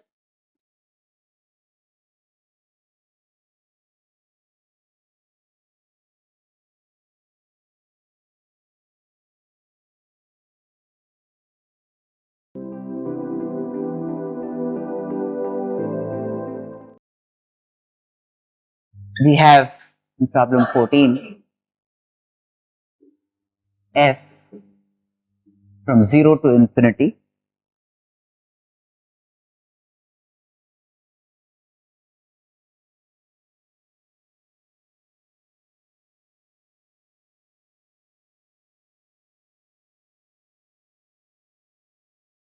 f is non-increasing. Non-increasing means f dash x must be less than or equal to 0. F dash x must be less than or equal to 0. That's a non-increasing function. And g be non-decreasing. Non-decreasing means g dash x has to be greater than or equal to 0. That's what it means. And it's also given that there is a function hx given by g of fx, given by g of hx, which is given by g of x. And h0 is 0. H0 is 0.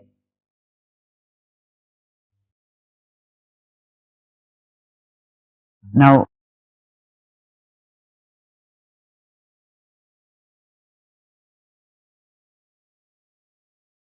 what is h dash x?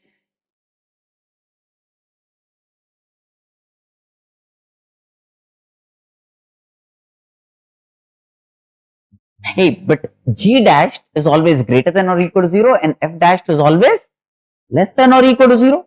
So this product will be always less than or equal to 0. Which means h dash x must be a non-increasing function, right? So hx less than or equal to h dash x less than or equal to 0, which means what? If the value of hx at x equal to 0, if the value of hx at x equal to 0 is 0, which is given, and the function is less than or equal to 0, that means hx could either be 0, that means hx could either be like this, or less than 0 means it could be like this. Right? That means what? If this is the case, hx equal to 0, then that's a possibility. That's one possibility, right? hx equal to 0 for all x is fine. But if hx is less than 0, this is the case where hx is less than 0 because hx is decreasing. At x equal to 0, it's decreasing.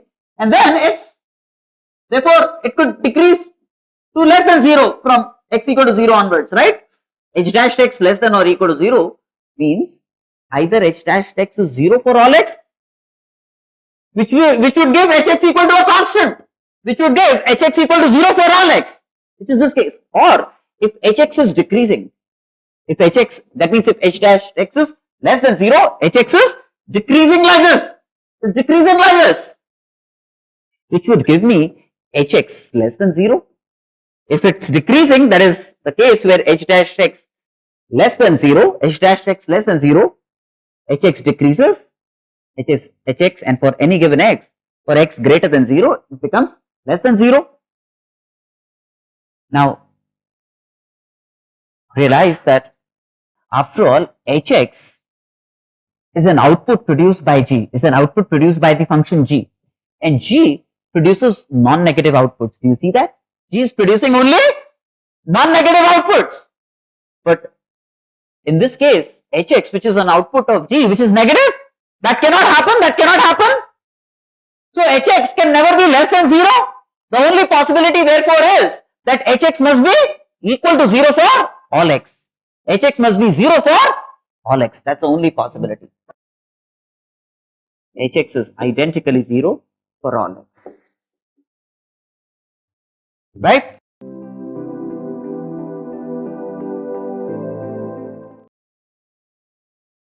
Now, f is a function such that f dash sin x is less than 0, f double dash sin x is greater than 0. That's given in the function.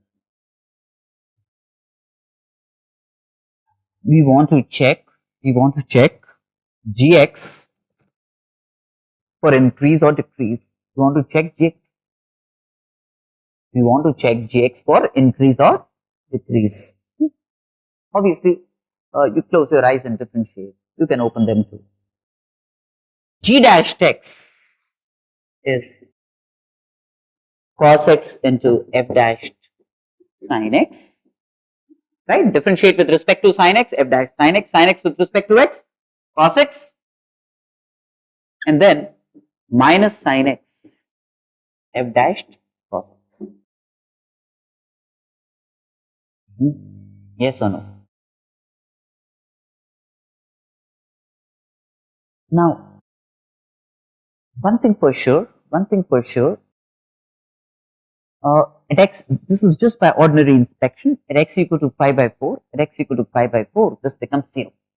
You see that? At x equal to pi by 4, this becomes f dash 1 by root 2 into 1 by root 2 minus 1 by root 2 into f dash 1 by root 2. Obviously, it's 0. At x equal to pi by 4, g dash is 0.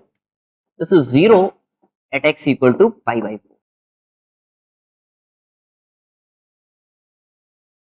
And this is the only point where it's becoming 0. So then we need to check if this point is a local maximum, local minimum, or neither. Right? Amongst these three conditions, we need to figure out one. You want to differentiate a second time then? And check if the sign of g double dash x is conclusive. If g double dash x turns out to be positive at x equal to pi by 4, then x equal to pi by 4 is going to be a local minimum. If at x equal to pi by 4 g double dash x turns out to be negative, then it's going to be a local maximum, right? Now, g double dash x, product rule of differentiation for each of these. So, minus sin x, f double dash x, f dash sin x plus cos x, so cos squared x, f double dash sin x minus cos x, f dash cos x plus sin squared x, f double dash cos x. Right. For both the terms, I applied the product rule of differentiation. For the f dash sin x and f dash cos x, I applied the chain rule. So, this is what happened, right? Hey, f dash sin x is negative in the interval 0 to pi by 2, sin x is positive. So, along with this minus sign, this is a positive number because this is negative, positive, sin x anyway, sin x and cos x are positive in the interval 0 to pi by 2, right? F double dash is positive, cos x positive. Now, cos x positive. Now, f dash cos x will also be negative because see,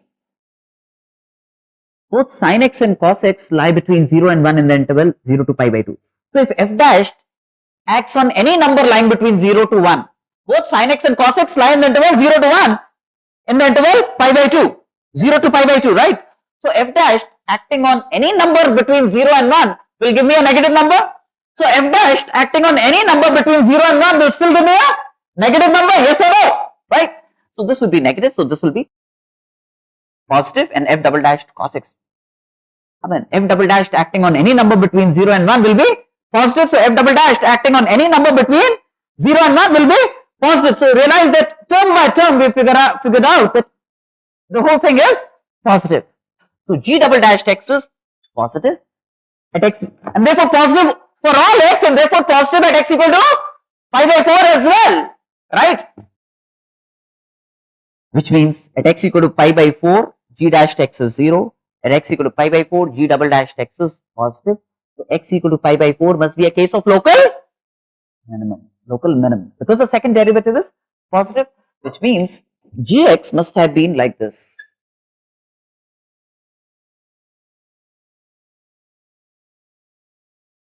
In the interval 0 to pi by 2.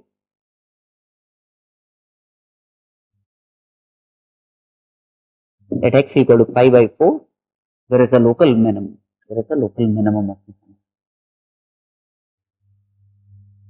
So naturally, from 0 to pi by 4, gx decreases, and from pi by 4 to pi by 2, it increases.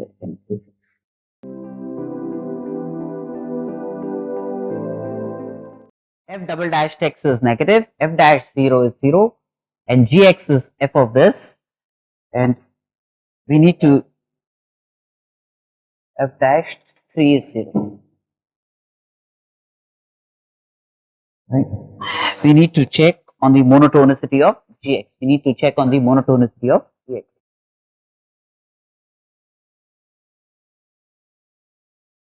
So obviously you want to check on the derivative of gx, which is g dash x. So when you differentiate this, differentiate it with respect to the quantity inside first. So f dash tan squared x minus 2 tan x plus 4, and then differentiate this with respect to x, which is going to give me 2 tan x minus 2 into sec squared x, right?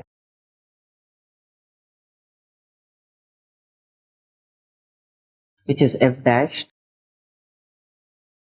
I could write this as tan x minus 1 whole squared plus 3, right? Into 2 into tan x minus 1 into sec squared x, right? Now f double dash x less than 0 means f dash x must be a decreasing function of x. Yes or no? F dash x must be a decreasing function of x, that's why its derivative is negative. So for sure f dash x decreases. F dash x decreases, yes or no? That means if at x equal to 3, f dash x is 0, then for x greater than 3, f dash x will be negative because it's decreasing, yes or no? If at x equal to 3, f dash is 0, then for x greater than 3, if f dash acts on a number greater than 3, then the f dash is going to be negative, yes or no? Which means realize that this is greater than 0, 3 plus this is greater than 0, right? So this f dash, this will be a negative number, yes or no? Because this is f dash acting on 3 plus something. So f dash acting on 3 plus something will always be a negative number. So this is always negative.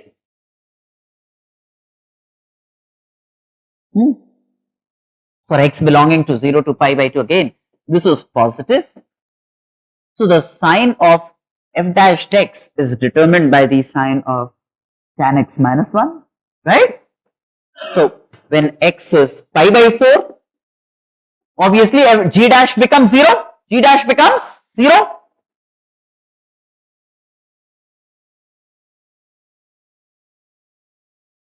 When x is slightly less than pi by 4, when x is slightly less than pi by 4, tan x will be less than 1, tan x will be less than 1. So this will be negative and this product will be positive, this product will be positive. So when x is slightly less than pi by 4, g dash will be positive, right? When x is slightly greater than pi by 4, obviously this will become positive and then g dash will become negative. That means gx is such that at x equal to pi by 4, g dash becomes 0, and to the left of x equal to pi by 4, to the left of x equal to pi by 4, g dash x is positive, to the right of x equal to pi by 4, g dash x is negative. So the sign of derivative changes from positive to negative values. That means x equal to pi by 4 must be a local maximum. X equal to pi by 4 must be a local maximum.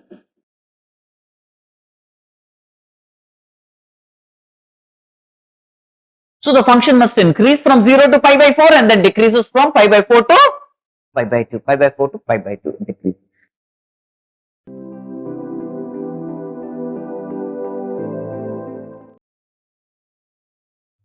In 17, we want to find the maximum value of fx, which is x cube minus 3x, subject to x power 4 plus 36 less than or equal to 13x squared.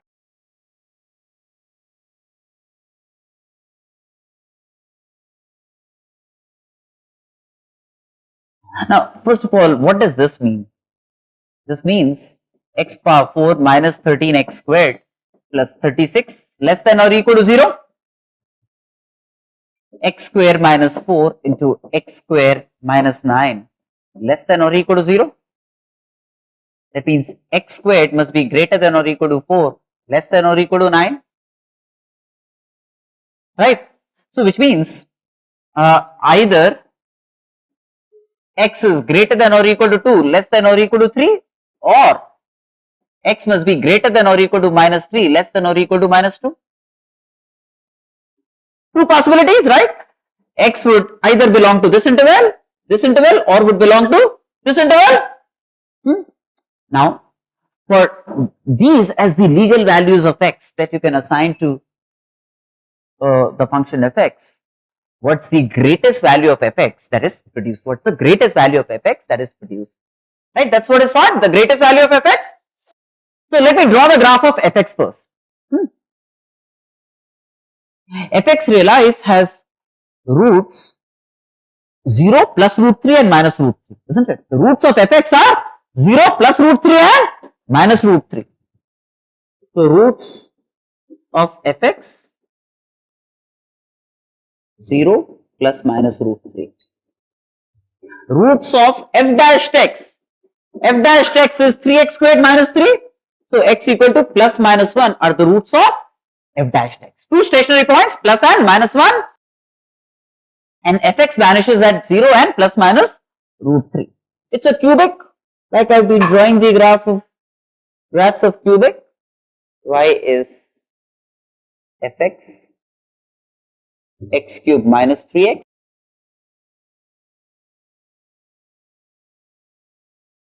comes down from here. At x equal to 0 it becomes 0, at x equal to plus 1 minus 1 it's positive, so okay, it becomes 2, and then at x equal to 1 it becomes minus 2, at x equal to root 3 it becomes 0, at x equal to minus root 3 it becomes 0. This is the graph of fx, right?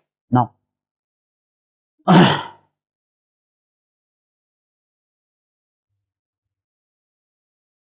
would lie here and 3 would lie here, right? 2 would lie here to the right of root 3 and 3 would lie to the right of, and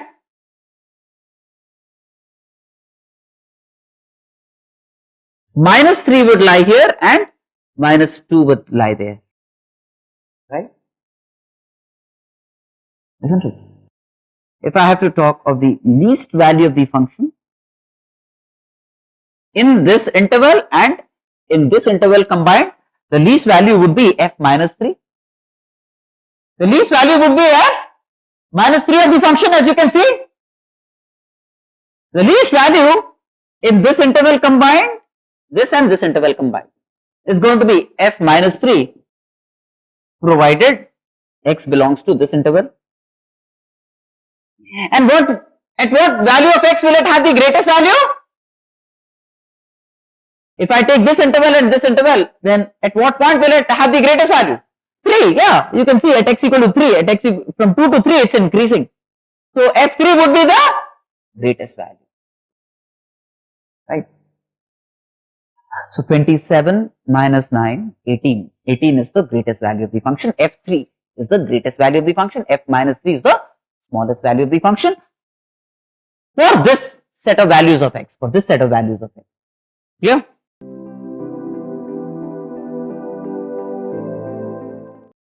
Now this you can write the greatest value, maximum value of this function. This I can write as x square plus 1 by x squared, which is like 1 by x minus 1 by x whole squared plus 2.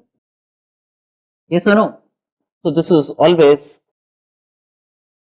less than or equal to 1 by 2, isn't it? Because this is greater than 2, so this ratio will be less than or equal. So the greatest value is half, the maximum value is, right?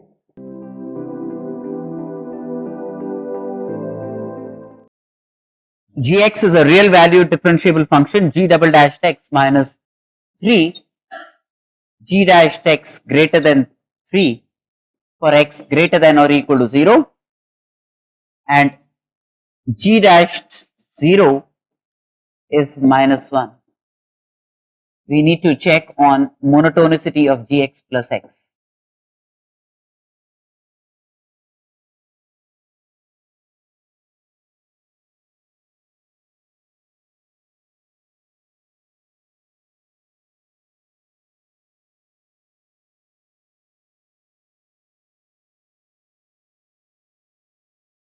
Now multiply throughout by e power minus 3x.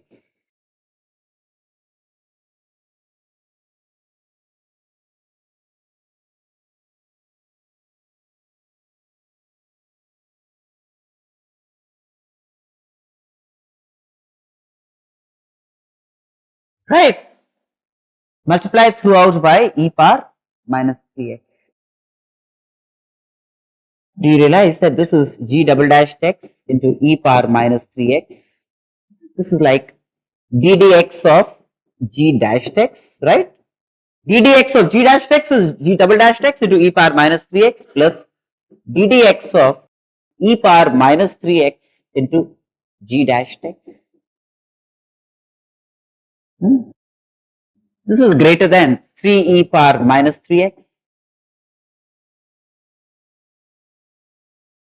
This is derivative of first function into second function, derivative of second function into first function, derivative of the product of two functions therefore, right? So the left hand side is gdx of e power minus 3x into g dash x. That's the left hand side. And the right hand side, by the way, is like minus ddx of e power minus 3x. That's the right hand side. Right hand side is minus of ddx of e power minus 3x, right? And when I transpose it on the left hand side, then this will become e power minus 3x greater than 0.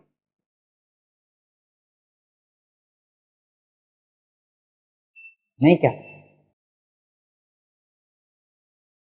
If the derivative of this is greater than 0, this must be an increasing function of x. This must be an increasing function of x. If the derivative of this function is greater than 0, it must be an increasing function of x.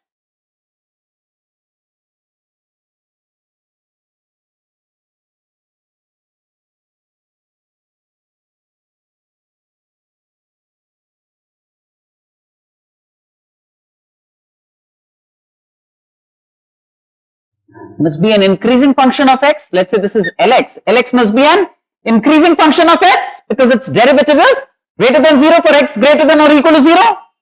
That means, can I say that Lx must be greater than or equal to L0. For x greater than or equal to 0, Lx must be greater than L0. Why? Because Lx is an increasing function of x. Lx is an increasing function of x. So for x greater than or equal to 0, Lx must be greater than or equal to L0. Lx must be greater than or equal to L0. So, but what's L0? L0 is, this is 1, g dash 0 plus 1. Hey, but g dash 0 is minus 1. So, L0 is 0. Which means Lx is greater than or equal to 0. Right? Lx greater than or equal to 0 means, hey, this is e power minus 3x anyways is always greater than 0, right? That means g dash x plus 1 must be greater than or equal to 0. If the product is greater than 0, and this is greater than 0, so g dash x plus 1 must be greater than or equal to 0, right? This is what it means. So, g dash x plus 1 must be greater than or equal to 0. Which means ddx of gx plus x, ddx of gx plus x is greater than or equal to 0 because g dash x plus 1 is ddx of gx plus x. How about it?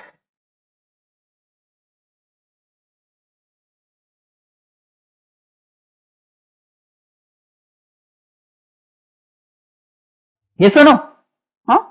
That means gx plus x must be an increasing function of x.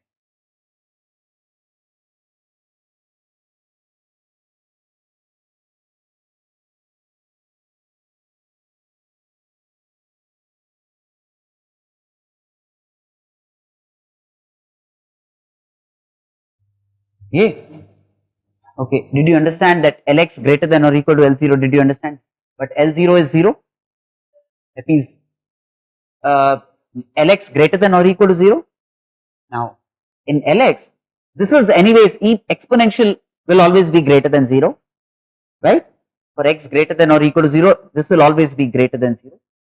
So, if this product has to be greater than 0 and this is greater than 0, this has to be greater than 0. G dash x plus 1 is greater than 0.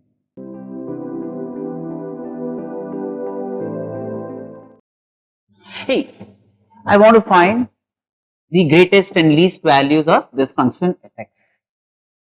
For sure, x1 has to lie between plus minus 1 and x2 has to lie between plus minus 2 for this to be defined. That's for sure, right? So, it's x1 and x2 are bounded. This could be looked upon as the distance between 2 points x1 y1 and x2 y2. This could be looked upon as the distance between 2 points x1 y1 and x2 y2.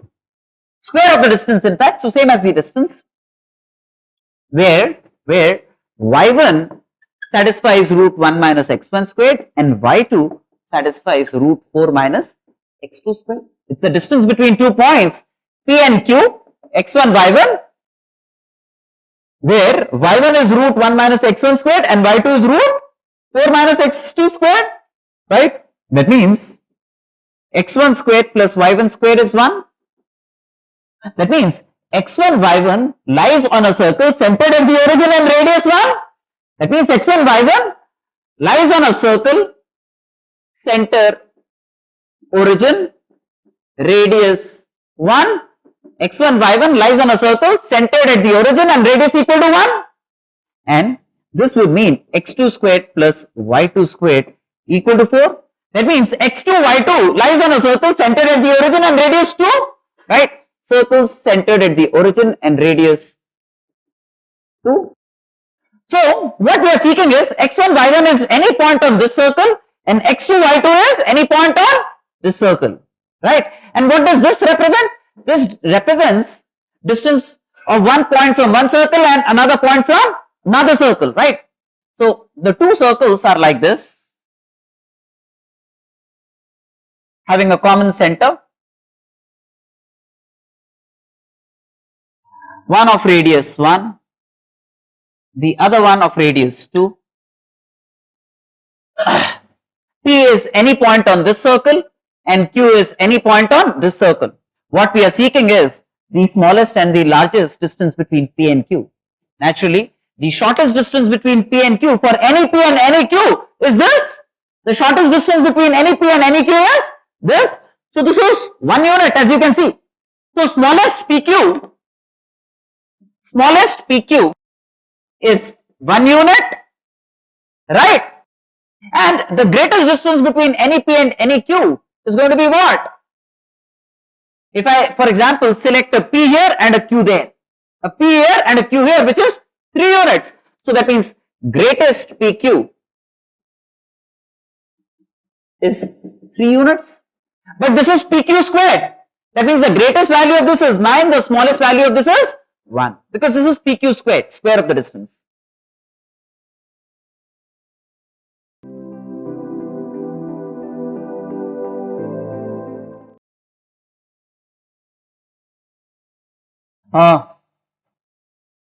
F is defined from 0 to 3 to R. Right? Let me draw the graph of fx in the interval 0 to 3. Let me investigate fx in the interval 0 to 3.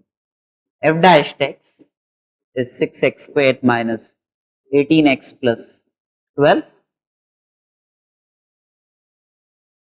right? Which is 6 into x minus 2 into x minus 3.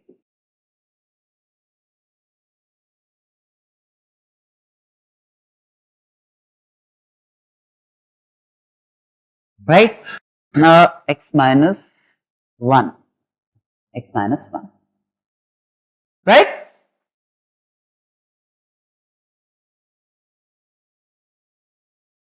So which means it has two stationary points, 1 and 2. It has two stationary points, 1 and 2.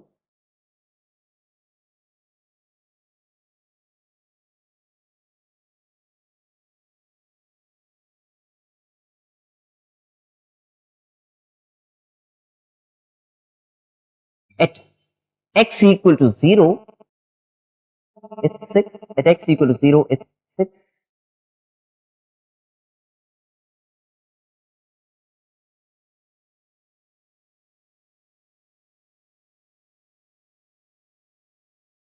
And you would expect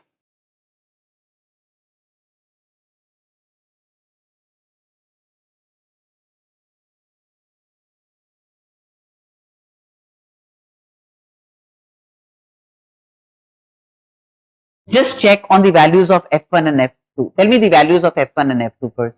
Can you tell me the values of f1 and f2, whether they are positive or negative? Huh? F1 is 11 and f2? F2? 10? Which means if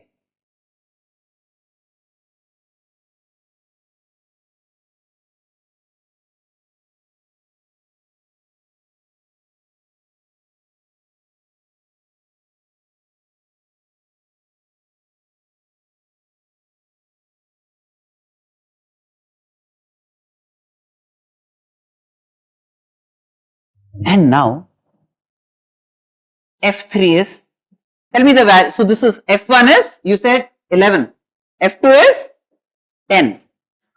Can you also tell me the value? See, because I am taking this interval 0 to 3, so this is ruled out. Can you tell me the value at x equal to 3 of this function? 15? 15. Okay.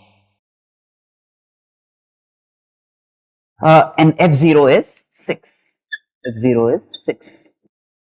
Do you then realize that in the interval 0 to 3, the fx is greater than 0 but less than 15, less than or equal to 15. Fx is greater than 0 and less than or equal to 15. Yes or no? That means in this entire interval 0 to 3, fx by 20 lies between 0 and 1.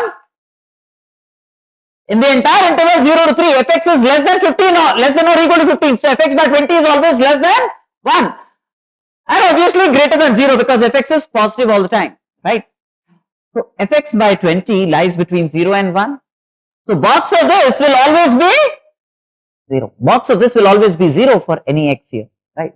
So gx is fx roots of g dash x will be the roots of f dash x, etc. The rest you can figure out, right?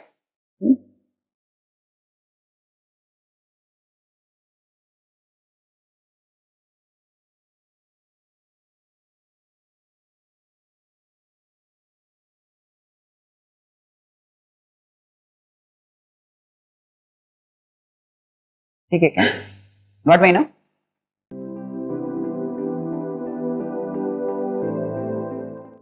Values of b for which the function is monotonic. Monotonic means it has no stationary points. That means f dash x retains the same sign.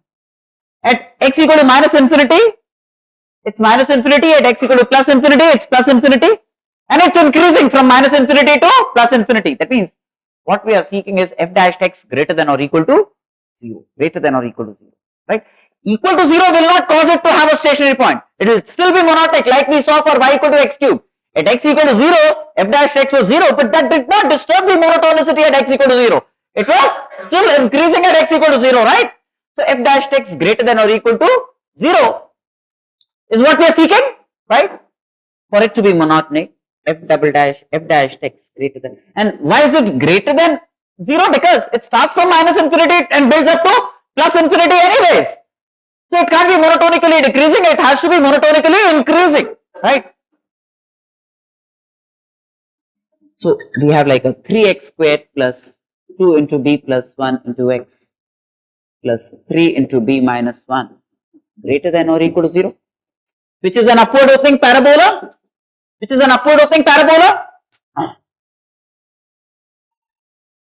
and it is either greater than 0 for all real x, or it could be 0 for, that means the graph of phi x, well, it could be this, which is a case where discriminant is equal to 0, or the graph of phi x could be like this, where discriminant is greater than 0. Two possibilities, yes or no? Phi x does not change sign. Phi x does not change sign. Because if it changes sign, it would have a root and it will produce a extremum. Right? So this. So we have discriminant greater than, I'm sorry, I'm so sorry, I apologize for this. Discriminant less than 0, no real root. Discriminant less than 0, right? That's why it's retaining the same sign. Either it's positive or 0. It's never becoming negative. So either it could be like this, the graph of the parabola, or it could be like this. So no real roots in any, either two coincident real roots or no real roots, right? That means the discriminant is less than or equal to 0 for this. Discriminant less than or equal to 0 for this. This would happen if 4 into b plus 1 whole square minus 36 into b minus 1 less than or equal. You should be able to simplify this, find the values of b that will satisfy this condition.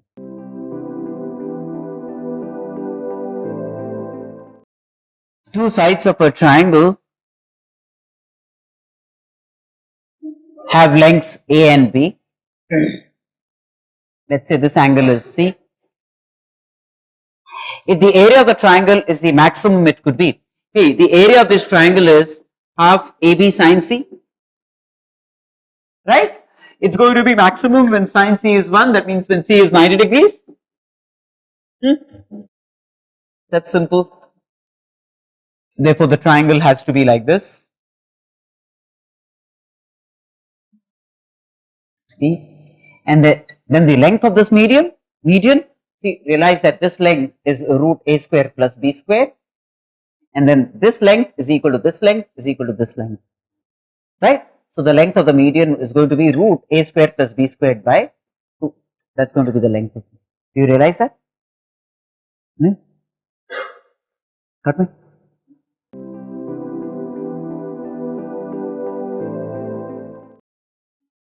(25a) alpha greater than 0 less than beta less than pi by 2. We got to show that alpha minus sine alpha less than beta minus sine beta. So for this, investigate a function fx which is like x minus sine x where x belongs to 0 to pi by 2. F dash x then is like a 1 minus cos x. In the interval 0 to pi by 2 again, and for that matter for the any value of x, this is greater than 0 in the interval 0 to pi by 2.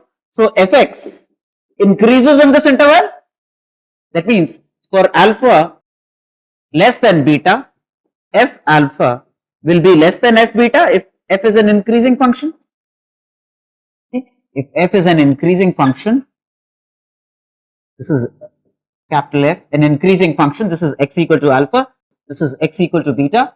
So if alpha less than beta, f alpha will be less than f beta. F alpha is alpha minus sin alpha, f beta is beta minus sin beta, etc. Clear? No?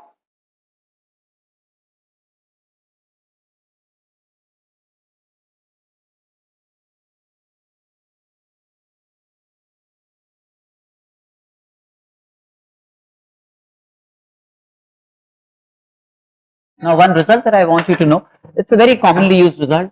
Let's say for x belonging to 0 to pi by 2, tan x greater than x. For this, use a function fx which is like tan x minus x.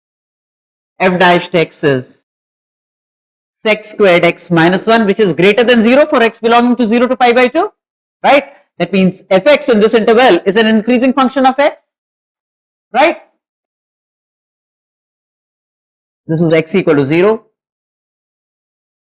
This is x. So for x greater than 0, fx will be greater than f0. Fx will be greater than f0 because it's an increasing function. So fx greater than f0. But f0 realize is 0. So tan x minus x will be greater than 0. Tan x greater than x for x lying in the interval 0 to pi by 2.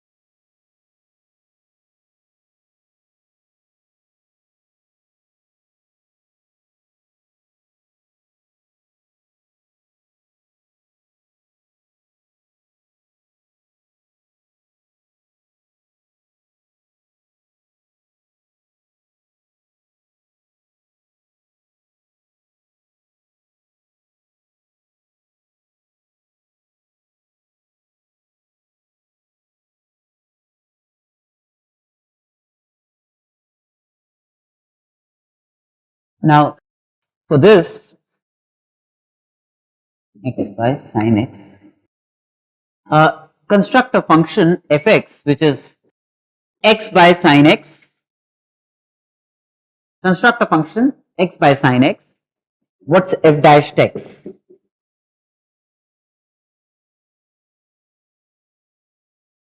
Sin squared x, that's f dash x, right? Which could be written as cos x into tan x minus x by sin squared x, right? So in the interval 0 to pi by 2, tan x is greater than x. So this will be greater than 0. This will be greater than 0. That means fx must be an increasing function of x. Fx must be an increasing function of x. Is it not? Now, do you realize that x is greater than sin x in the interval 0 to pi by 2? Why? X is greater than sin x in the interval 0 to pi by 2. Why? Again, construct a function phi x which is like x minus sin x. Phi dash x is 1 minus cos x which is greater than 0. So phi x is increasing. So for x greater than 0, phi x will be greater than phi 0 which is 0. So x greater than sin x, right? F is capital F is found to be increasing, is found to be increasing. So for an increasing function, if alpha greater than beta, can I say that f alpha will be greater than f beta? F alpha will be greater than f beta, can that be said? Right? So alpha greater than beta, let me say x greater than sin x. X greater than sin x. This is alpha, this is beta. F alpha greater than f beta. So can I say that fx greater than f of sin x? Can this be said? F of x greater than f of sin x? Hey, but what is f of x? F of x is x by sin x greater than f of sin x is sin x divided by sin of sin x. F of sin x is what? Replacing x by sin x, so sin x by sin of sin x.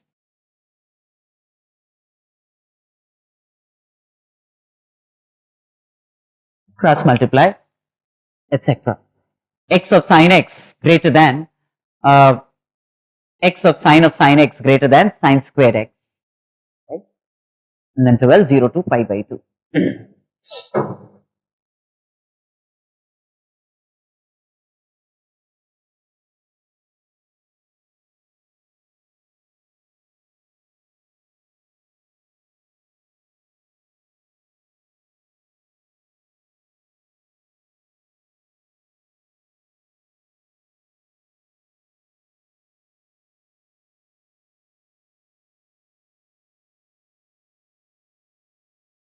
Have you come across this inequality in the interval theta lying between 0 to pi by 2?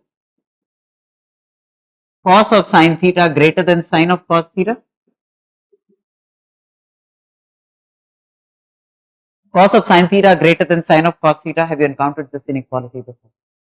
No. Okay. What I'll do is I'll give you a trigonometric proof of this.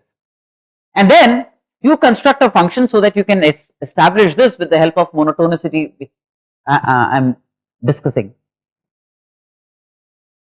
See, this is true if and only if sin 90 minus sin theta is greater than sin of cos theta,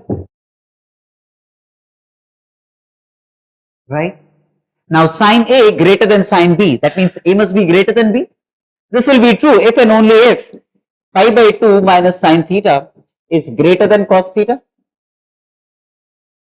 This will be true if and only if pi by 2 greater than sin theta plus cos theta. This will be true if pi by 2 greater than root 2 sin theta plus pi by 4, which is true because left hand side is approximately 1.57 and the greatest value of the right hand side is 1.414. So 1.57 is always greater than the greatest value of a right hand side. So this is a true statement which causes everything here to be true, including this. So this was a trigonometric proof of this. You might want to go back and try a calculus proof on this. Construct a function and build around a calculus proof. Again, the hint that I want to offer to for this problem is construct the function fx is x minus sin x and proceed. That's what I want you to do when you establish this x minus sin x.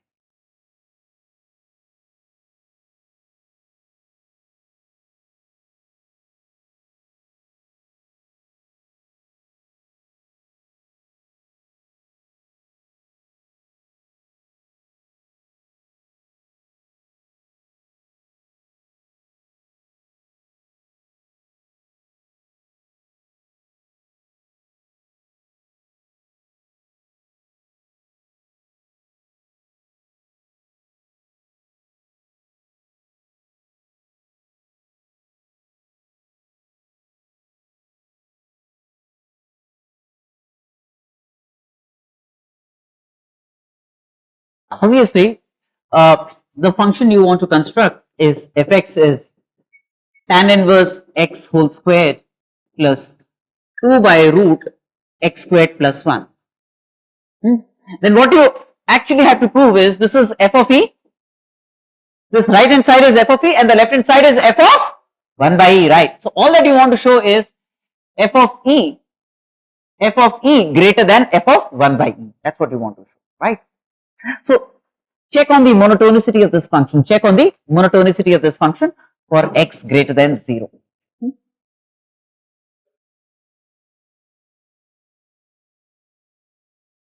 F dash x is 2 tan inverse x by 1 plus x squared plus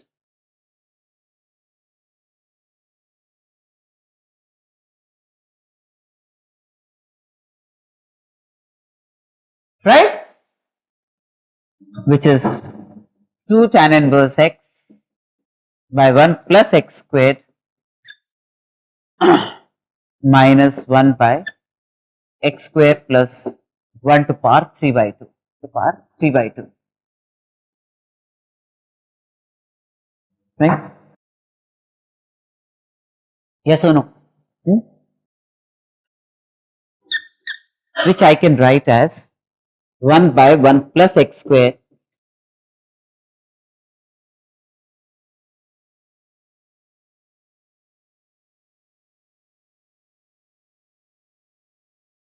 one by 1 plus x squared minus 1 by root 1 plus x squared.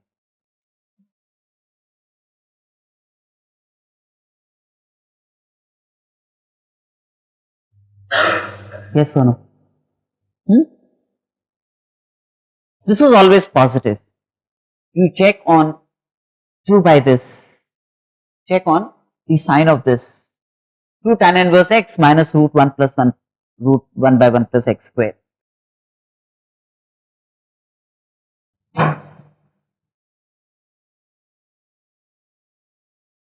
If you look at phi x, which is 2 tan inverse x minus 1 by root 1 plus x squared, what is phi dashed x? 2 by 1 plus x squared, 2 by 1 plus x squared plus half 1 plus x squared to power 3 by 2, right? Which for x greater than 0 is 0. So phi x is an increasing function. Phi x is an increasing function.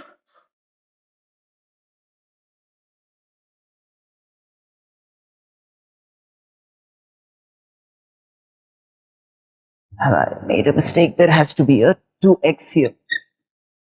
I'm sorry. There should have been a 2x here. That will cause a 2x to be there. 2x. You know, check on this. Please, I have just check on this. This 2x has been, so tan inverse x minus,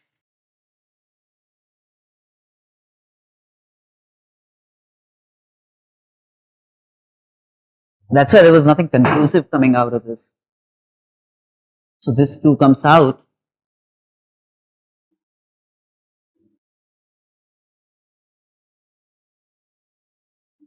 So now check on the monotonicity of this minus x by root 1 plus x squared.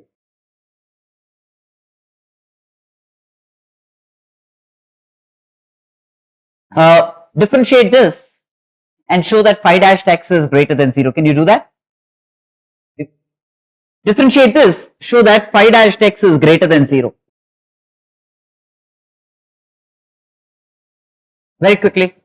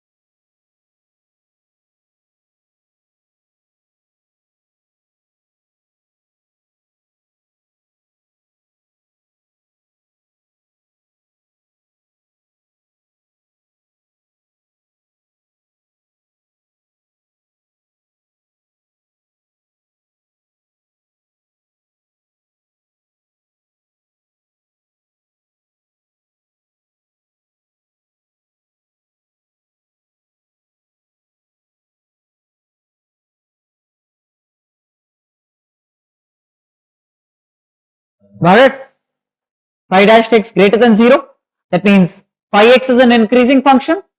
That means phi x greater than phi 0. Phi x greater than phi 0. For x greater than 0, phi x will be greater than phi 0. And if phi x is greater than phi 0, that means phi x is greater than 0 because phi 0 is 0. So now if phi x greater than 0, phi x greater than 0 means f dash x for x greater than 0 is greater than 0. F dash x will turn out to be greater than 0, causing fx to be an increasing function of x. It will cause fx to be an increasing function of x. Now, e is greater than 1 by e. E is greater than 1 by e. And therefore, f of e will be greater than f of 1 by e, which is what you wanted to establish. F of e greater than f of 1 by e. Right?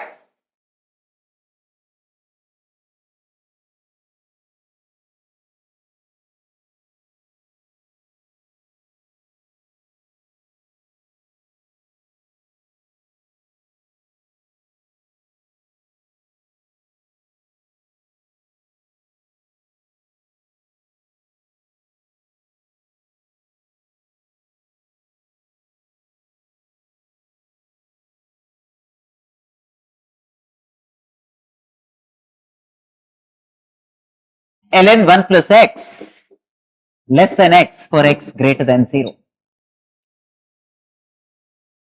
Again, you always construct an auxiliary function fx, which is say x difference of the two sides ln 1 plus x, and examine its monotonicity for x greater than 0. Okay, what's f dash x? 1 minus 1 by 1 plus x, which is x by 1 plus x, which is greater than 0. So fx is an increasing function of x. If fx is an increasing function of x, then for x greater than 0, fx will be greater than f0, fx will be greater than f0. For x greater than 0, fx greater than f0. But what's f0? f0 is 0. f0 as you can see is 0. So it turns out that fx is greater than 0. That means x minus ln 1 plus x is greater than 0 and x therefore would be greater than ln 1 plus x. Right?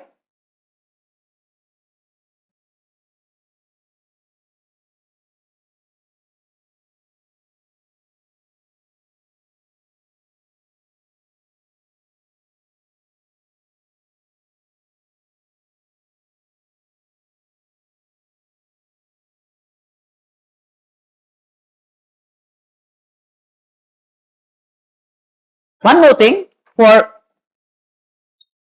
theta lying between 0 to pi by 2, sine theta will be less than theta. Sine theta will be less than theta. You can check on this by saying, say, f theta is theta minus sine theta. This is a regulation result. F dash theta is 1 minus cos theta. But this is greater than 0 for theta, for any theta. It can become equal to 0 when cos theta is 1, otherwise it's greater than 0. That means f theta must be an increasing function of theta. That means for theta greater than 0, f theta must be greater than f0. F theta must be greater than f0. But what's f0? f0 is 0. So f theta greater than 0. That means theta minus sine theta will be greater than 0. Clear? Now, in line with this, look at sine x greater than x minus x cube by 6, x belonging to 0 to pi by 2. Again, construct an auxiliary function fx, which is sine x minus x plus x cube by 6. Construct this function. Right? What's f dash x? F dash x is cos x minus 1 plus x square by 2. Right? This is like minus 2 sine square x by 2. 1 minus cos theta, 2 sine square x by 2 plus x square by 2. Right? Or I could write this as 2 into half into x square minus I can just take 2 common actually. 2 into x by 2 whole squared minus sine x by 2 whole squared. Right? Isn't it? Hey. But theta greater than sine theta. So theta squared greater than sine squared theta. So this is greater than 0. This is greater than 0 for x greater than 0. This will be greater than 0 because theta squared would be greater than sine squared theta because theta greater than sine theta, right? So that means f dash x is greater than 0 causing fx to be an increasing function of x, and therefore for x greater than 0 fx will be greater than f0. For x greater than 0 fx will be greater than f0, but f0 is 0. F0 is 0. So x sin x minus x plus x cube by 6 will be greater than 0. Yeah.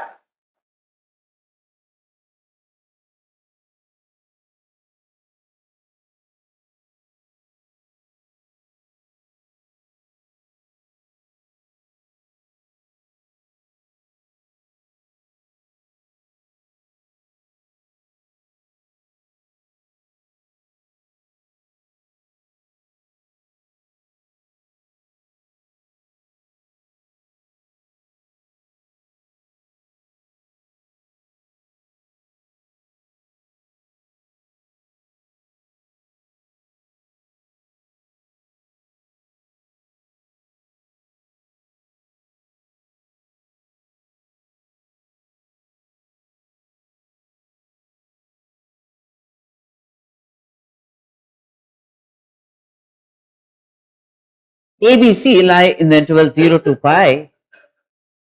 We'll do this graphically.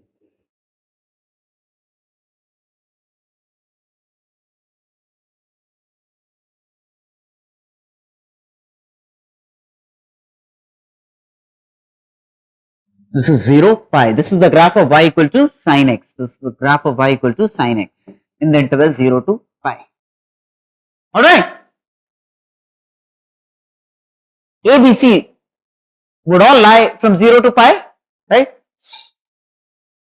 So let's say this is A, say this is B, and say this is C, right?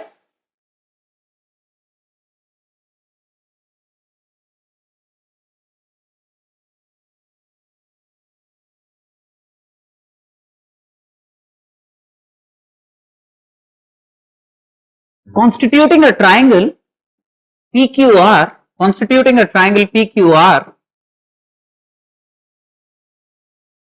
with vertices on the graph of sin x, with vertices on the graph of sin x. The coordinates of P would be what? X would be A, Y would be sin A, isn't it? Y of this would be sin A. What would be the coordinates of Q? X would be B, Y would be sin B.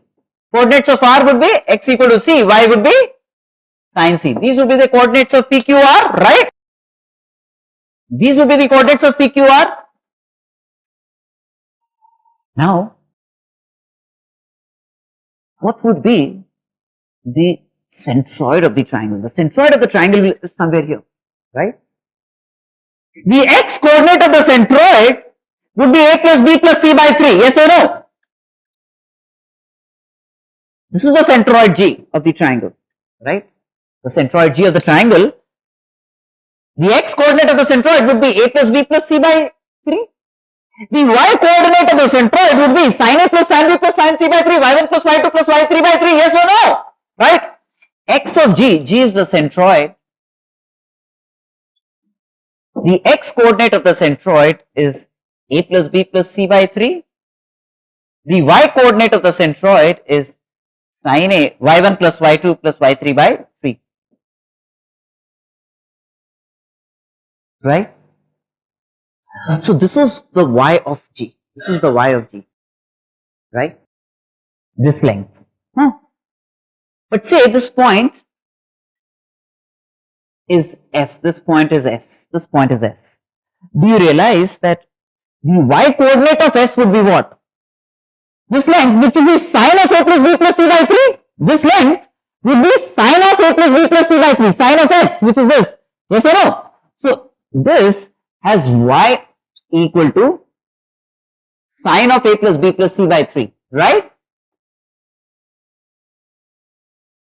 Yes or no? The y of s would be sine of this x, right? And do you realize that y of s is greater than y of g? Do you realize that y of s is greater than y of g? That means y of s, which is this, is greater than y of g, which is this, which is what we set out to prove. All that we are seeking here is y of s, which is greater than y of g, which can be seen by inspection. No?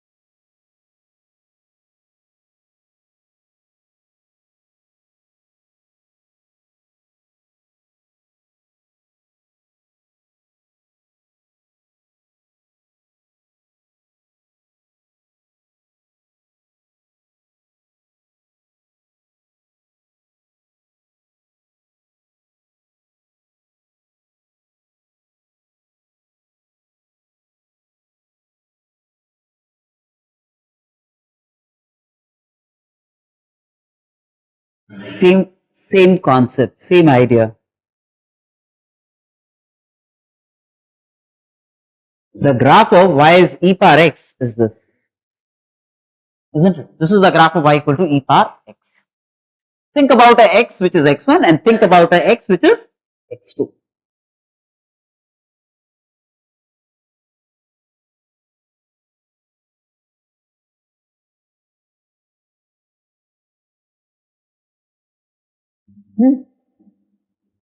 There are 2 points A and B.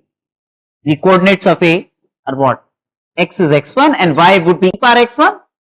The coordinates of B would be x is x2 and the y would be e power x2 for B.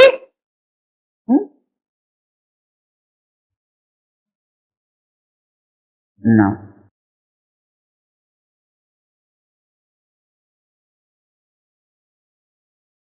This is a second AB. This is a second AB. How do I locate 2x1 plus x2 by 3? From section formula. This is x equal to 2x1 plus x2 by 3. It will lie between x1 and x2. Dividing x1, x2 in the ratio 2 is to 1. How about it? Yes or no? 2x1 plus x2 by 3. This is x, isn't it?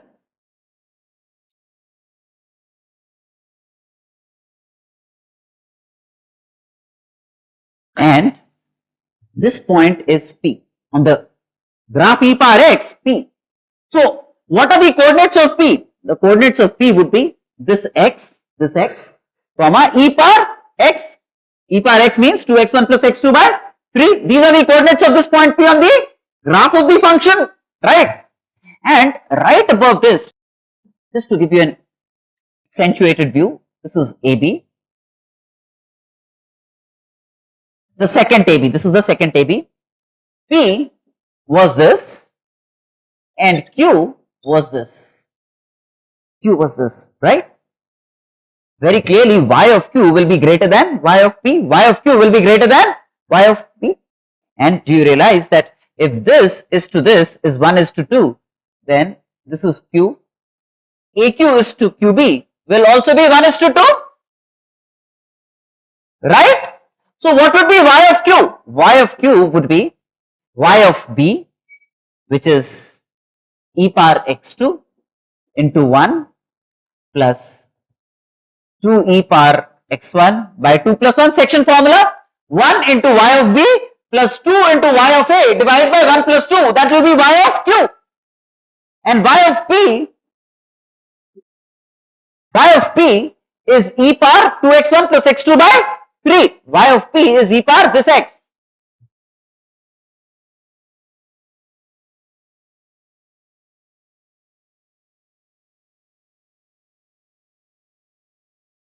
very clearly y of q is greater than y of p, which is what we set out to prove.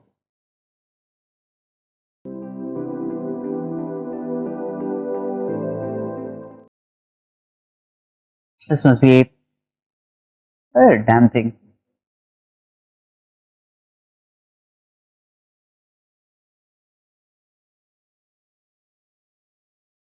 E naught not 0 is onto. I mean, that means from R to R, set of y's would be set of real numbers, right? Now, very clearly, for any y equal to y naught here, I should be able to find an x which belongs to the domain. For every y naught, I should be able to locate an x such that y naught equal to this, right? An x is a real number. That's all that is required. That's when it's going to be onto. That's when it's going to be onto. So then, a naught x power n plus a1 x power n minus 1 plus a2 x power n minus 2 plus an. That means there must be at least one real value of x satisfying this. There must be at least one real value of x satisfying this. That means a naught x power n plus a1 x power n minus 1 plus an minus y naught must be 0 for at least one real value of x. So when can a polynomial have at least one real root? So this is a polynomial that has at least one real root. When is it guaranteed? If it's an odd degree polynomial, every odd degree polynomial must have at least one real root. Why? Because if it didn't have even one real root, it would have all complex roots. And can it have an odd number of complex roots? No. So every odd degree polynomial has to have, with real coefficients obviously, every odd degree polynomial has to have at least one real root. Why? Because if it did, it will have all complex roots. And can it have an odd number of complex roots? No. So every odd degree polynomial with real coefficients must have at least one real root. So there must be at least one real value of x for this becomes 0. There can be more values of x for which this becomes 0, in which case it will become a many-to-one function. Right? That's another story. But then for it to be onto, for it to be certainly onto, n has to be for sure an odd number. Any odd value of n.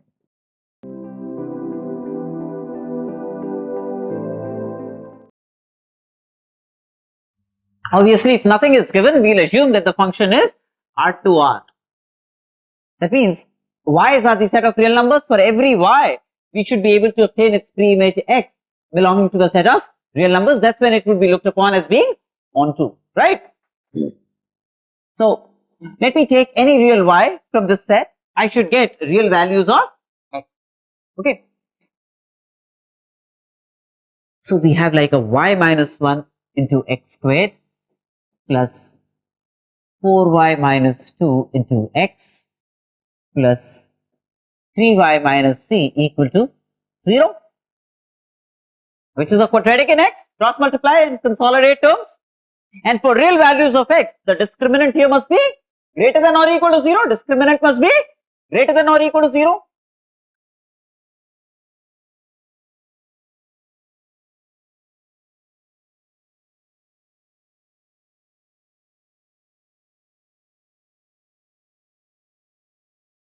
Right?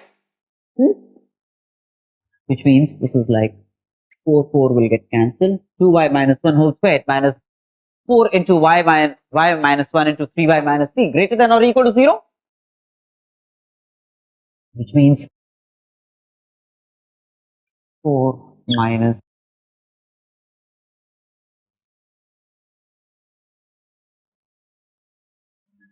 this 4 would have got cancelled. I'm sorry, this 4 would have got cancelled. Yeah.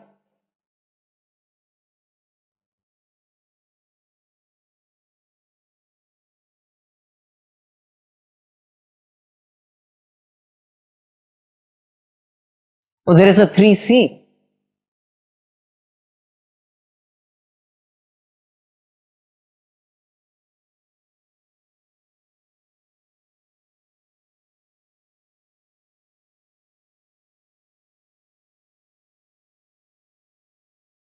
Right?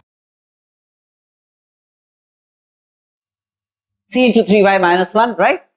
And the discriminant then of this is 4y minus 2 whole squared minus 4 into y minus 1 into 3y minus 1 greater than or equal to 0. This is what we must have into C. Or we have 2y minus 1 whole squared minus y minus 1 into 3y minus 1 to C greater than or equal to 0. Now we have 4 minus 3c into y squared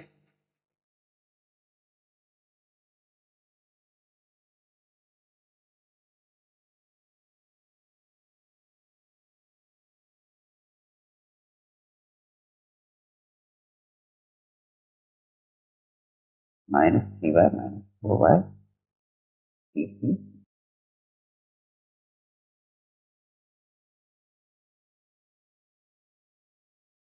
greater than or equal to 0. This is what we get. 4 minus 3c into y squared minus 4y from here, and then there is like have I made a mistake? Minus 4y.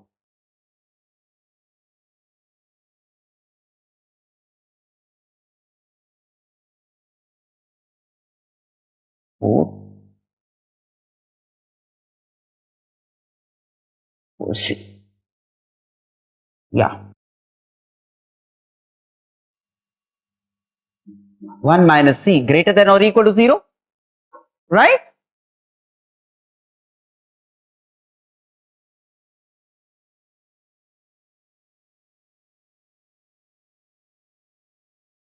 Right. Now this is a quadratic in y. This is a quadratic in y. Yes or no? And it has to be greater than or equal to 0. It has to be greater than or equal to 0. Realize that this then has to be an upward opening parabola. This then has to be an upward opening parabola. Upward opening parabola means either this parabola in y has to be like this or it has to be like this, right? This would be discriminant equal to 0 of this parabola, and this would be discriminant less than 0. So all that you need to do here is put discriminant less than or equal to 0. Put discriminant less than or equal to 0, and in this case, since it's an upward opening parabola, 4 minus 3c has to be greater than 0. That means c has to be less than 4 by 3, and that along with discriminant less than or equal to 0 will give you the required values of c, So just take the intersection of c less than 4 by 3 and discriminant less than or equal to 0, you will get the values of c, right? I'm also assuming that you would have been able to do it yourself too, right?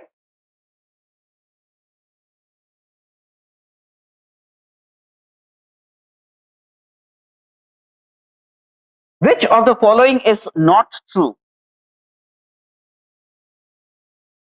A one-to-one function from the set ABC to alpha, beta, gamma is onto also.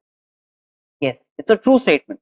So is not an option, relevant option. An onto function from an infinite set to a finite set cannot be one-to-one. Yes, it has to be many to one. I mean, there are more number of elements in the domain than in the codomain, right?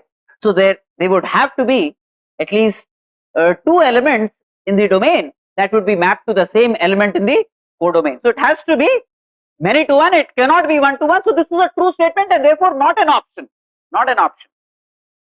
An onto function is always invertible? No. It would be invertible only if it's one to one as well. So this is not a true statement. The functions tan x and cot x are onto, are they? Yes. If you take y equal to tan x, then for any given y, you will be able to find nx in the set of real numbers. So yes, they are onto functions. Tan x and cot x are onto functions.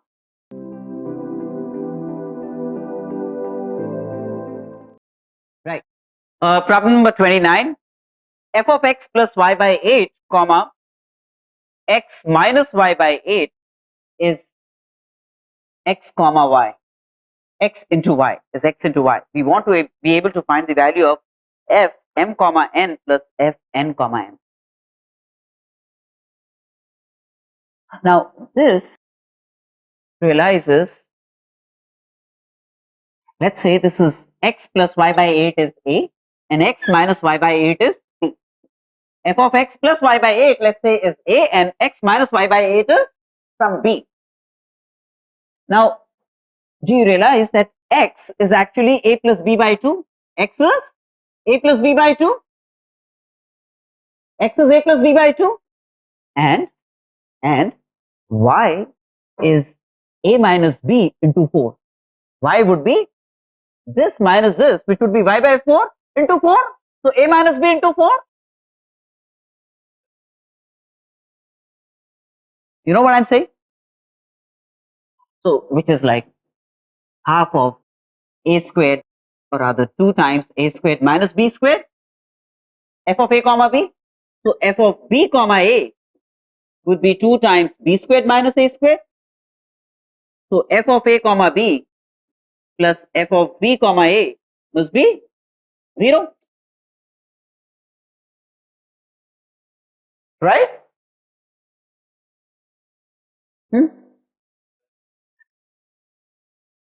Which is what we said. Have I explained to you what concavity and convexity is? No.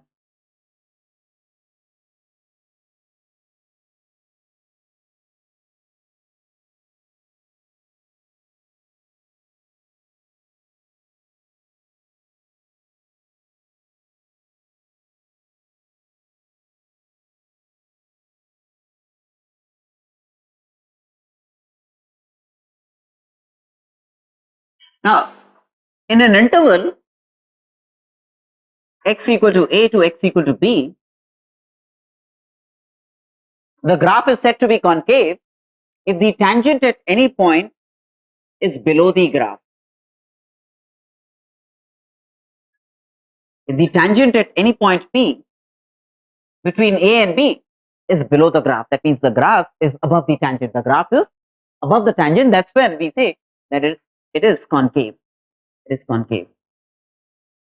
Now, in the interval A to B, at every point, the tangent is below the graph.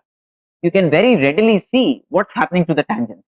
As you go from A to B, do you realize that the tangents are becoming more and more vertical? The tangents are becoming more and more vertical. That means the slope of the tangent is growing. That means dy dx is increasing. In this interval A to B, dy dx is increasing. And if dy dx is increasing, then the derivative of dy dx must be positive. Derivative of dy dx must be positive. That means d2y dx2 must be positive. Right?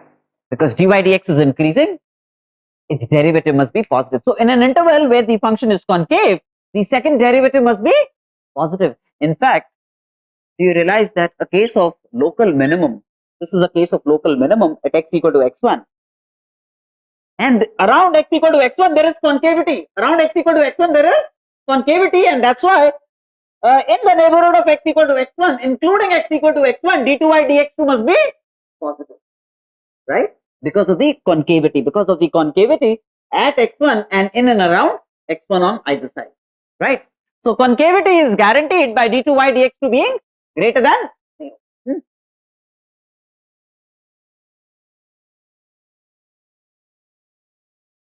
And then there is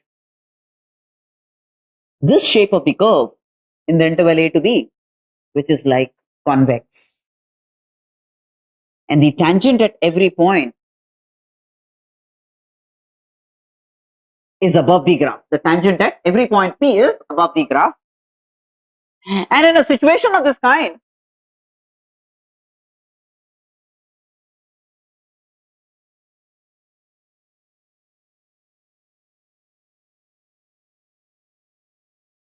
look at the tangents. The tangents are becoming flatter. The tangents are becoming flatter. That means the slope of the tangent is decreasing. The slope of the tangent is decreasing. That means dy dx is a decreasing function of x. That means the derivative of dy dx must be negative. That means d2y dx2 must be negative.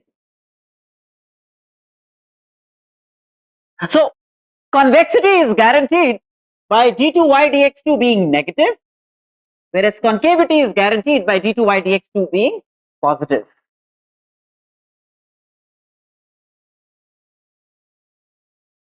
In fact,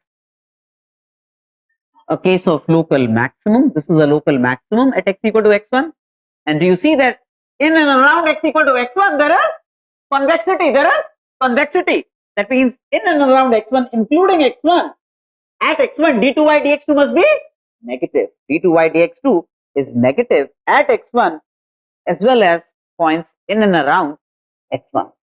You would expect d2y dx2 to be negative, right? Now,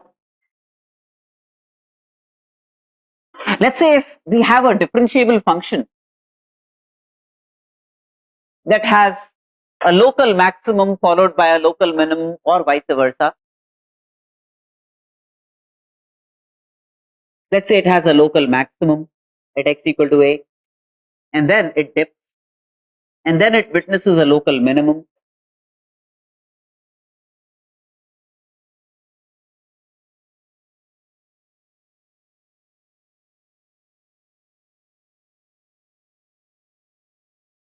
Then, in the neighborhood of x equal to a, you have a convex shape. In the neighborhood of x equal to b, you have a concave shape of the graph. That means around x equal to a, the d2y dx2 must be less than 0, and around x equal to b, d2y dx2 must be positive. That means from a to b, d2y changes from a negative to a positive value. d2y dx2 changes from a negative to a positive value. Now, if d2y dx2 is a continuous function of x, and if it changes sign in an interval, it must become 0 in that interval. That means there must be a point P in this interval where the shape changes from convexity to concavity. The shape of the graph changes from convexity to concavity. This point P is called the point of inflection. It's called the point of inflection. This point P is called the point of inflection, where the change of shape takes place. Just to the left of this, it's convex. Just to the right of this point, it's concave. That means at this point, d2y dx2 must become 0. So at the point of inflection, d2y dx2 becomes 0. Between a local maximum and a local minimum, for a function which is differentiable twice, you will always encounter a point where a change of shape takes place, and that's the point of inflection, where the second derivative becomes 0 at the point of inflection.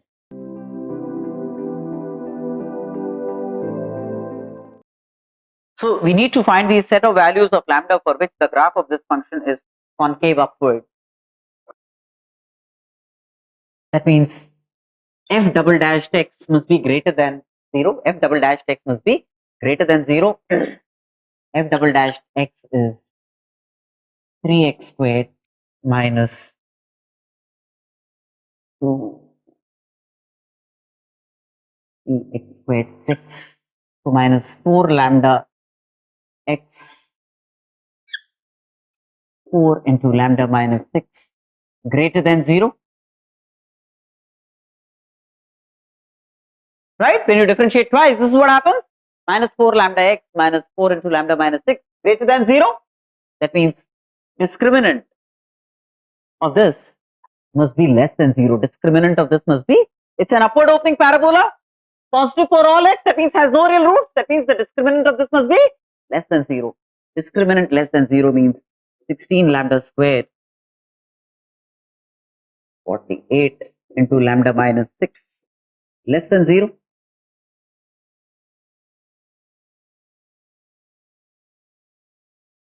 Right? And then you can factorize this.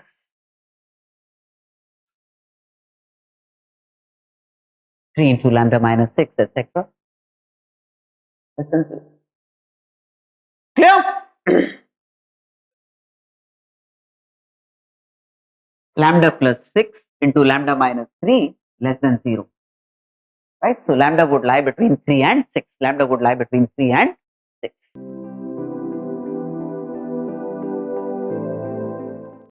(31)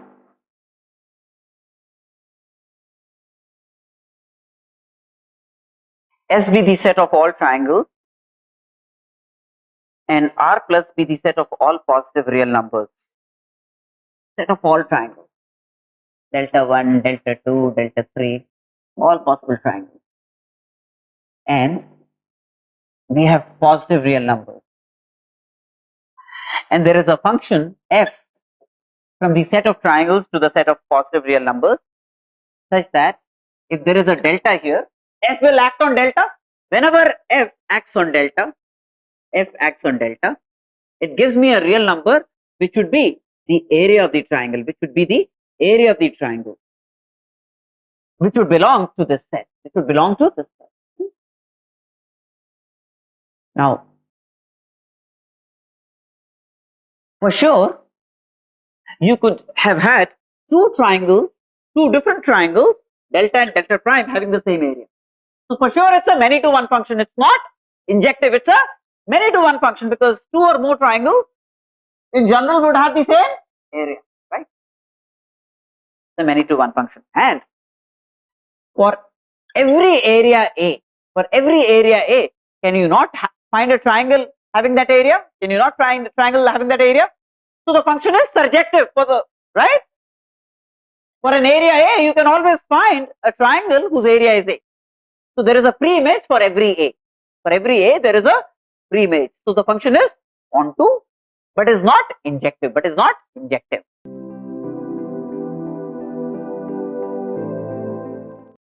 Fx is mod x minus 1.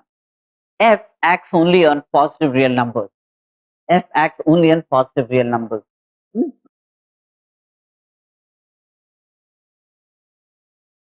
Gx is e power x, where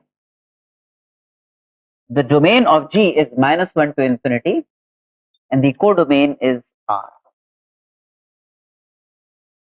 We need to find the domain of f of G. Domain and range of f of G. Now, f of G of x, if I have to find the domain of this function, first of all, f can act only on positive numbers. In the interval -1 to infinity, G is positive, right? E power x is always positive, G is always positive in its own domain. So G acts on its domain and will always produce a positive output, right? That means whatever G can act on is what f can eventually act on by virtue of the output produced by G. Because realize when I say f has a domain R plus, that means f can act only on positive real numbers, right? But G of x is producing only positive real numbers. We will be looking for those values of x for which G of x is positive. Well, in the interval -1 to infinity, G of x is anyways positive. So the domain of f of G of x is the same as domain of G, which is -1 to infinity, right? Now, what is G of x? F of G of x, mod of e power x minus 1,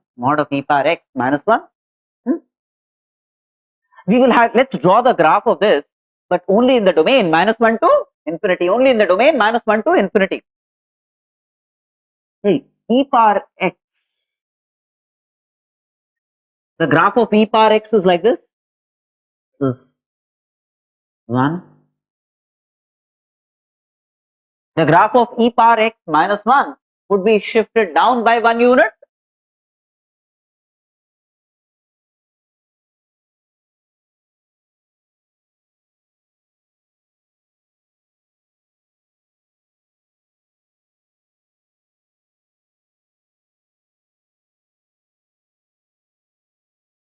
This will be y equal to -1, right?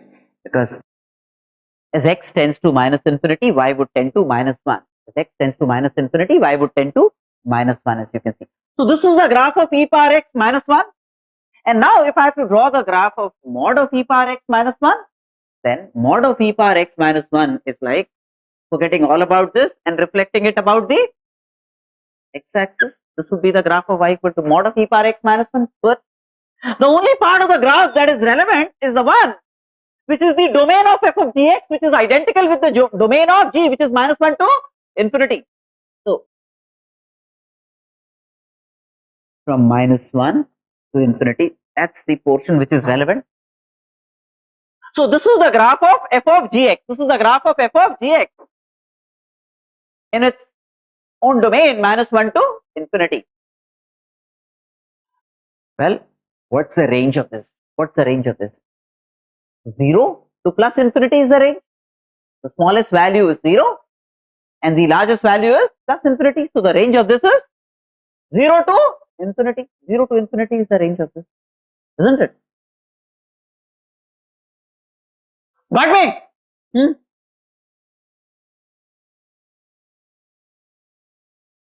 So option B, minus 1 to infinity is the domain and 0 to infinity is the range, which includes 0 but does not include infinity.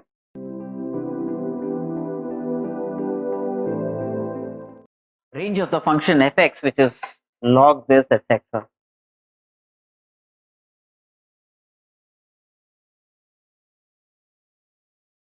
(16 sine squared x plus 1). 16 sine squared x plus 1 would always be less than or equal to 17 and would be greater than or equal to 0. Greater than or equal to 1, sorry, greater than or equal to 1, right? Log of this to the base 2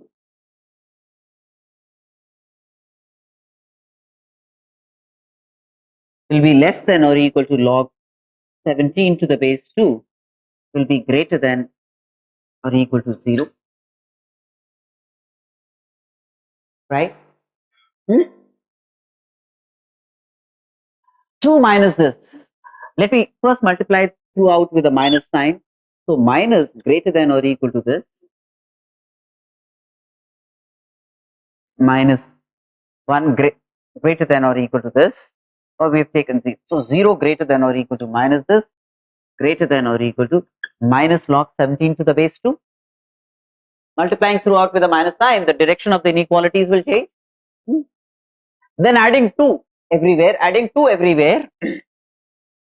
So 2 greater than or equal to 2 minus log 16 sine squared x plus 1 to the base 2 greater than or equal to 2 minus log 17 to the base 2, right? Hey, again, the logarithm of this is taken. So this has to be a positive number. This realize, so this we want to be strictly greater than 0. For the required domain. Why? Because this is, we've taken the logarithm of this number. This is slightly greater than 4. So this is a negative number, right? So this anyways has to be greater than 0, not just greater than this negative number. This expression is not just greater than this negative number, this expression actually has to be greater than 0. So we can replace this negative number. So this we say is greater than 0, right? And then take the log of this. If this is greater than 0, then the log of this will be greater than minus infinity and will be less than log 2 to the base root 2, will be less than or equal to log 2 to the base root 2, which is 2. Log 2 to the base root 2 is 2. So this is less than, log of this to the base root 2 is less than or equal to log 2 to the base root 2, which is 2, and has to be greater than or equal to minus infinity. Has to be greater than minus infinity. Clear? Got me? So minus infinity to 2.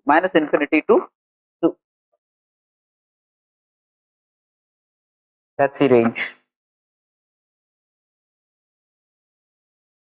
So option is Delhi. 2 is included.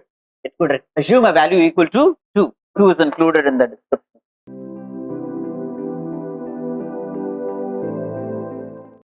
34.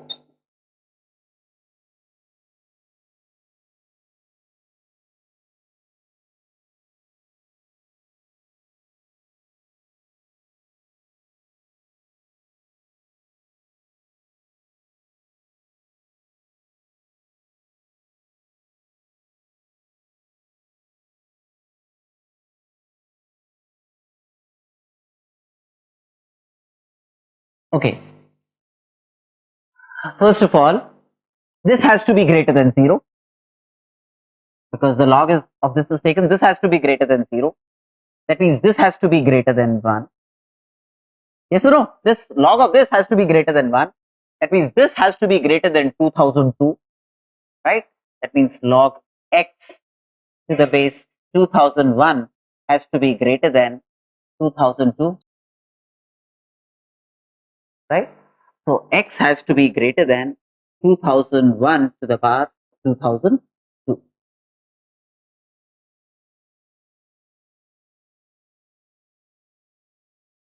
right?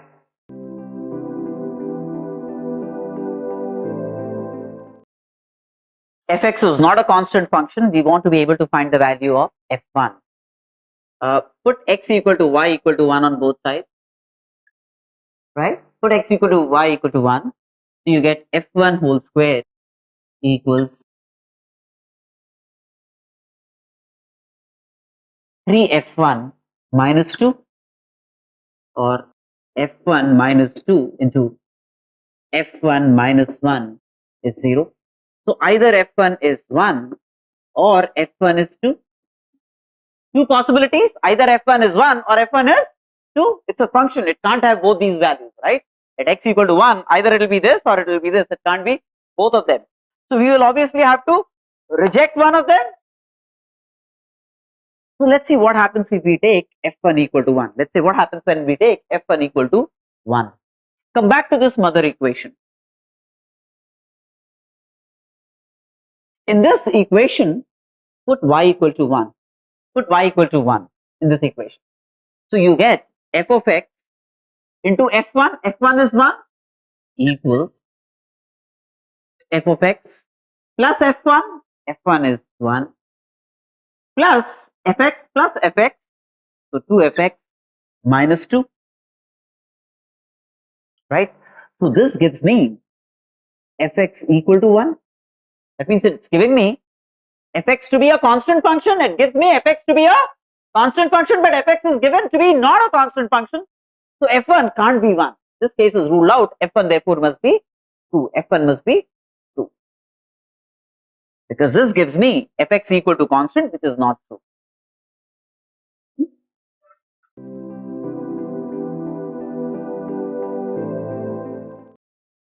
36. Which of the following functions are periodic? A.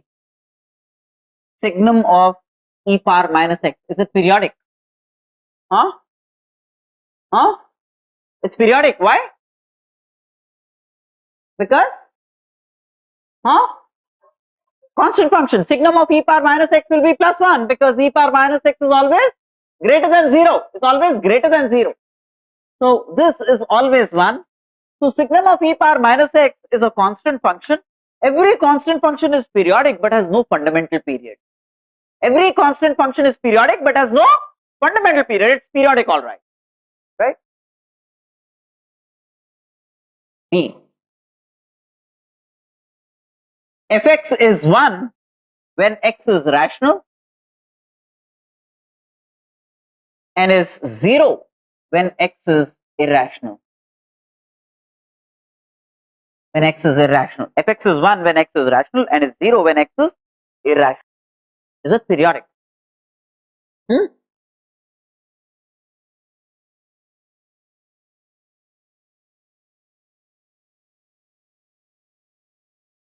Say t is a rational number. Say t is a rational number. Any rational number. Positive rational number. And x, let's say, is rational. X, let's say, is rational. Now f of x plus t. If x is rational and t is rational, then x plus t would be rational. And f, whenever it acts on a rational number, is giving me plus 1. So this is plus 1, which is the same as f of x. You know what I'm saying? Hmm? Say x is irrational. Then f of x plus t. X is irrational and t is rational, so x plus t will be irrational. And f, whenever it acts on an irrational number, is giving me 0, which is the same as f acting on the irrational x. Fx is periodic here, but it doesn't have a fundamental period. I mean, you can have any value of t greater than 0, 0.1, 1.2, 3.4, root 2, not root 2, any rational number greater than 0. Any rational number t greater than 0 could be looked upon as its period, but not a fundamental period, because you can't find a smallest t for which this holds good. Any t that you find which is a rational number, I can give you a t smaller than that for which these conditions will still hold good. So it is periodic but does not have a fundamental period. It is periodic but does not have a fundamental period.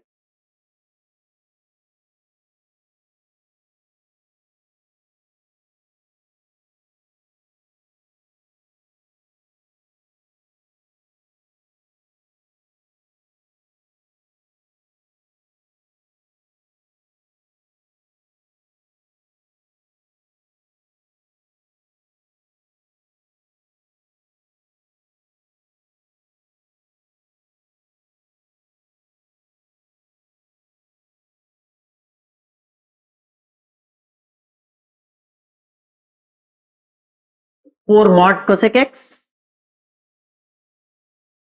which obviously is periodic, and its fundamental period is pi, because this is like 1 by mod sin x, and mod sin x has fundamental period pi.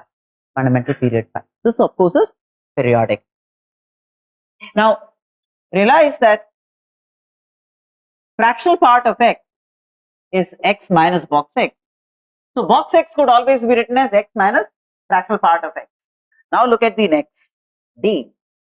Box of x plus half plus, this must be box of x minus half. There's a typo here. Plus 2 times box of minus x. Right? Box of x plus half is like x plus half minus fractional part of x plus half. Right? And box of x minus half is x minus half minus fractional part of x minus half.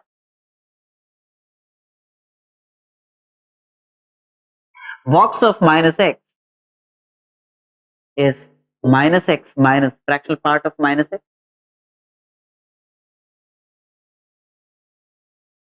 Evidently, x, 2x and 2x will get cancelled, and the rest are all fractional parts which are periodic. So it's sum of several periodic functions. So this is going to be periodic, right? It's going to be periodic.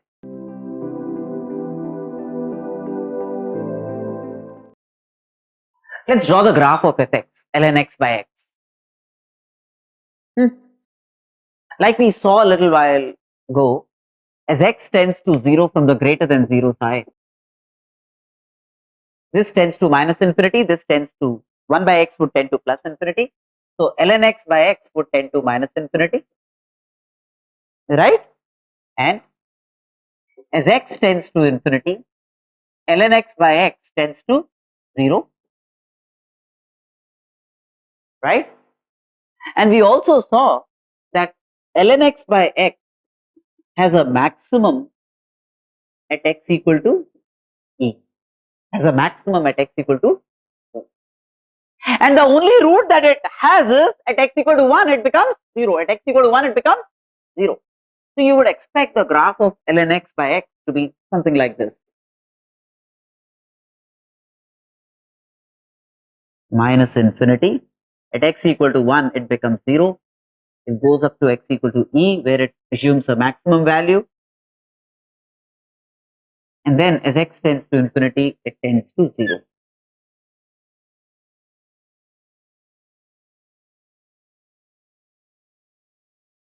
It's for sure a many to one function.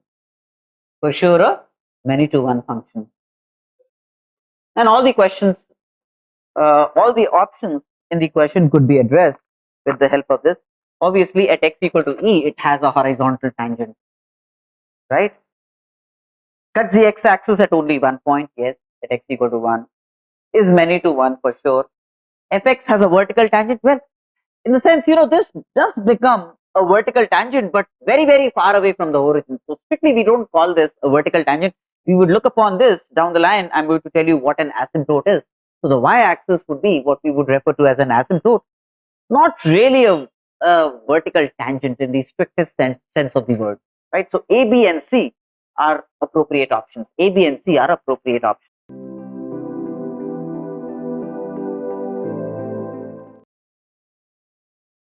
38. F, which is R minus 1, 2, 3 to R,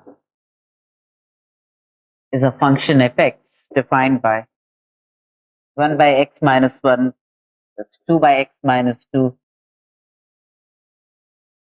plus 3 by x minus 3. So all that we'll do is we'll simply draw the graph of this function. We'll simply draw the graph of this function and we'll address all the options of the problem. First of all, f dash x is minus 1 by x minus 1 whole square minus 2 by x minus 2 whole square minus 3 by x minus 3 whole square. That's f dash x, which is less than 0, which is always less than 0 for all real x. Therefore, for sure, in any interval over which the function is defined, it has to be a decreasing function. It has to be a decreasing function. Now,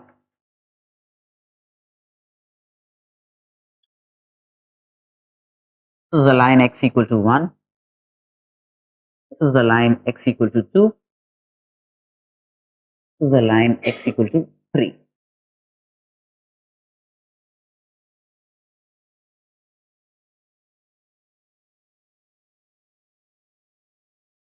As x tends to 1 from the greater than 1 side, this tends to plus infinity, isn't it? As x comes closer and closer to 1 from the greater than 1 side, this tends to plus infinity, right?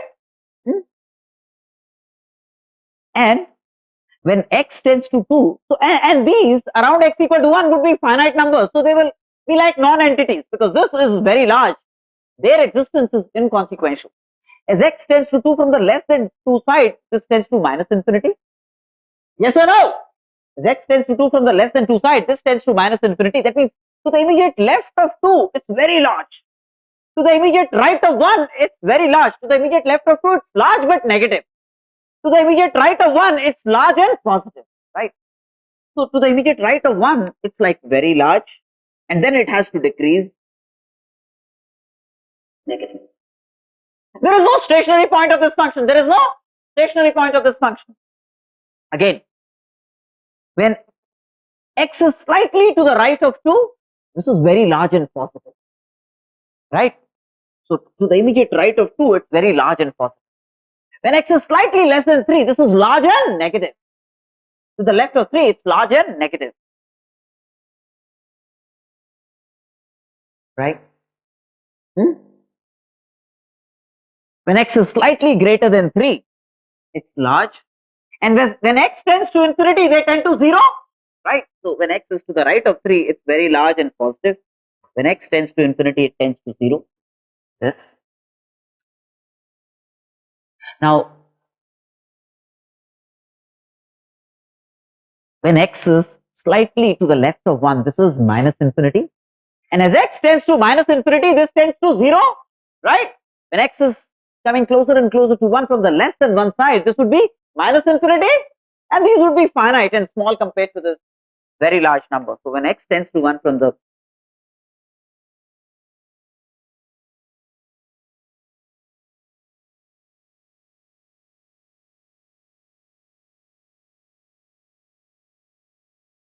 x tends to 1 from the greater than less than 1 side, it tends to minus infinity. As x tends to minus infinity, it tends to 0. नहीं समझ रहा क्या? Huh? See, as x comes closer and closer to 1 from the less than 1 side, this tends to minus infinity. And as x tends to minus infinity, these are all negative numbers, right? So this would tend to 0, this would tend to 0, this would tend to 0. So this tends to 0. Y tends to 0 as x tends to minus infinity. But it's negative all the time. But it's negative all the time. Because every time x is negative, this whole expression would be negative. So it remains negative. To the left of 1, it always remains negative. It goes like this. This is the graph. Obviously, you can see that it has just two roots, one lying between 1 and 2, the other root lying between 2 and 3. Clear?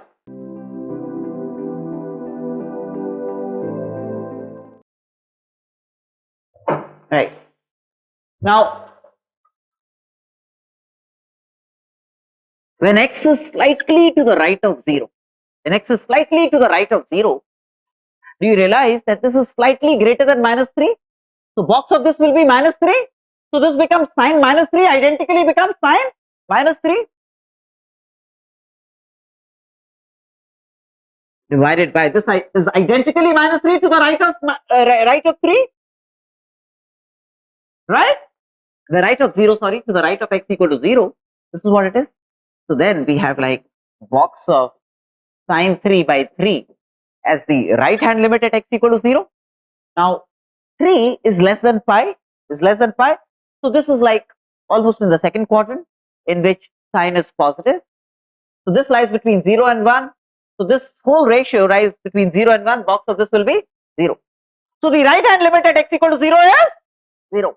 Now the left hand limit as x tends to 0 from the less than 0 side. When x is slightly less than 0, this is slightly less than minus 3. Box of this will become minus 4. Yes or no? Box of this will become minus 4 identically. So then this becomes like box of sine minus 4 by minus 4, which is like box of sine 4 by 4. Hey, 4 is greater than pi. It's all in radians. 4 is greater than pi. So this is like the third quadrant. In the third quadrant, sine is negative. So this ratio lies in the interval minus 1 to 0. So box of this will be identically equal to minus 1. So the left hand limit at x equal to 0 is minus 1. The right hand limit is 0. The limit therefore does not.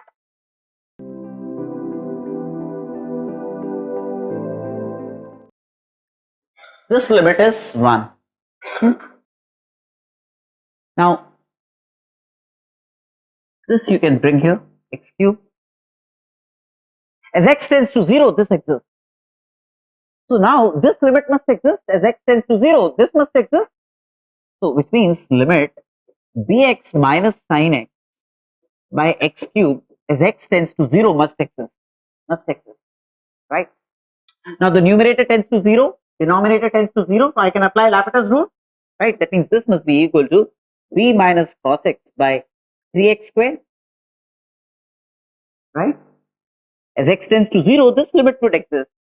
Now, since the denominator tends to 0, the numerator must also tend to 0 as x tends to 0.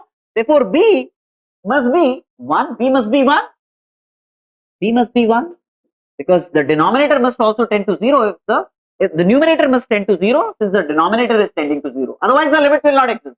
The denominator tends to 0, but the numerator is not tending to 0, the limit will not exist. So, in this case, for the numerator to tend to 0 as x tends to 0, b must be 1, right?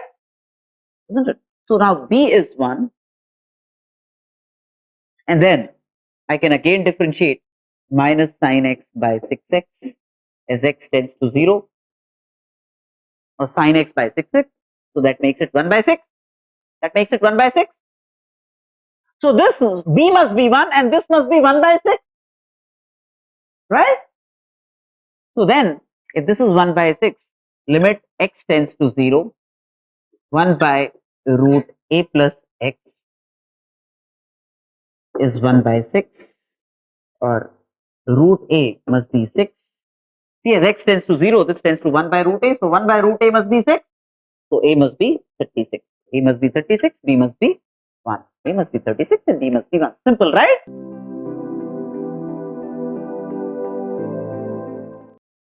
x cube minus 3x plus 2. Let me draw the graph of this cubic.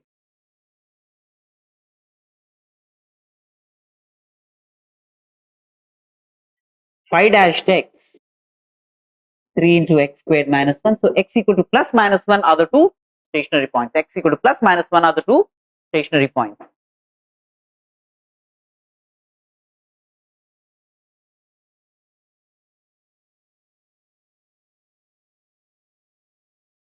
At x equal to minus 1, at x equal to minus 1, it assumes a value, positive value. 3 plus 2, 5, minus 1, 4, right? And x equal to minus 1 is a stationary point. So it starts from here. At x equal to minus 1, it assumes a certain value equal to 4. And then after that, it decreases. X equal to 1 again is another stationary point, and at x equal to 1, this becomes 0. So at x equal to 1, you not only have a stationary point, you also have a root. You not only have a stationary point, but also you have a root of this function. So then this is a repeated root. If the x-axis becomes a tangent at this point, that means this is a repeated root. This is a repeated root. See, realize that x minus 1 is a factor of this as well as a factor of this. That means x minus 1 whole squared must have been a factor of this. That's why the denominator, after differentiating, you had x minus 1 a factor of this. So x minus 1 whole squared must have been a factor of this, right? So x equal to 1 is a repeated root, and and then there is one more root which is to the left of minus 1, right? X equal to 1 is a stationary point as well as a repeated root. So it has all three roots real, one root double, one root single, right? Now in the interval minus infinity to minus 1 is what we are concerned with. Minus infinity to minus 1. And the rest of the graph is not even important for the problem, because this is the domain of description of fx. Minus infinity to minus 1. Now as x tends to minus infinity, x cube minus 3x plus 2 also tends to minus infinity, right? So fx would tend to 0, right? As x tends to minus infinity, fx tends to 0, and as x comes closer and closer to minus 1, fx tends to e power 4, e power x cube minus 3x plus 2, right? E power 4. That means the range of fx is 0 to e power 4. The range of fx is 0 to e power 4. But what's the codomain of fx? 0 to e power 5. So is it onto? No, it's not onto. It's not surjective. Why? Because the function doesn't assume values from e power 4 to e power 5. It has no pre-images. The codomain does not coincide with the range. Simple. Right? So the function is not onto, is not surjective. It's not surjective. Is it 1 to 1? Yeah, it is 1 to 1. Right? For any given y belonging to 0 to e to power 4, there is only a single x, right?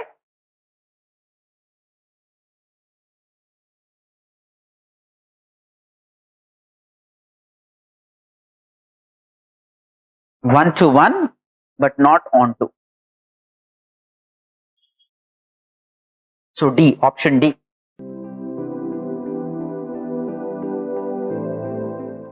A certain polynomial px, when divided by x minus a, x minus b, x minus c, leaves remainders a, b, c respectively. The remainder when px is divided by x minus a into x minus b into x minus c is what?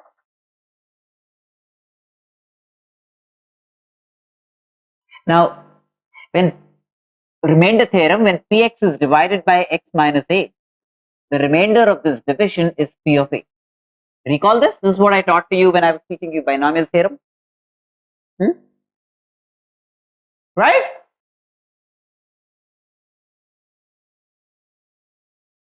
The remainder when, and similarly, when px is divided by x minus b, so pa is given to be a, PB is given to be B and PC is given to be C. That's given in the problem.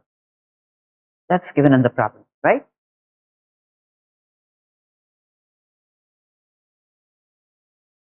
Now, what happens when Px is divided by x minus A into x minus B into x minus C? What happens when Px is divided by x minus A into x minus B into x minus C? There is a quotient Qx. When you divide by a cubic, the remainder would be a quadratic. The remainder would be a quadratic. Let's say Rx would be a quadratic divided by x minus A into x minus B into x minus C. You know this, right? When you divide by a cubic, the remainder would be a quadratic. The remainder would be of 1 degree less than the divisor. So Px then is like a x minus A into x minus B into x minus C into Qx quotient plus the remainder Rx. Rx is a quadratic. Rx is a quadratic in x. And what's given is P of A is A. P of A is actually R of A, which is A. P of B is R of B, which is B. And P of C is R of C, which is C. Where Rx is a quadratic in x. Look at this, Rx minus x. If Rx is a quadratic, Rx minus x will also be a quadratic.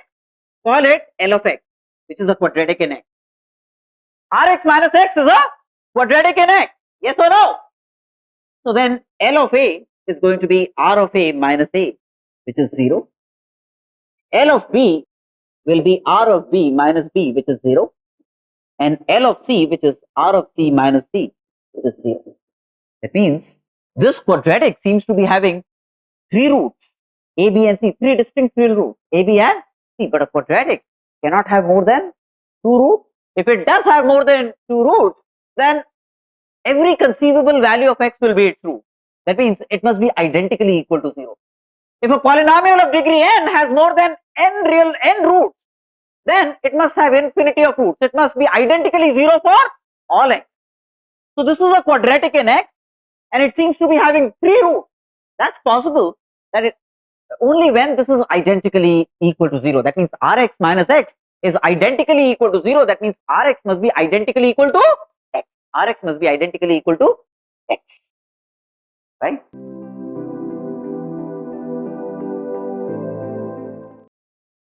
The periodicity of this is given to be pi. Is given to be pi. Now this could be written as, see, this is sine squared to power n, which would be half of 1 minus cos 2 root k x whole to power m. Right? Writing sine square theta as half of 1 minus cos 2 theta. Right? And whole to power m. The periodicity of this is the same as the periodicity of cos 2 root kx, and the periodicity of cos 2 root kx is 2 pi by 2 root k. Right? And that's given to be equal to pi. So k must be 1. So limit k to power n as n tends to infinity must be 1. Must be 1.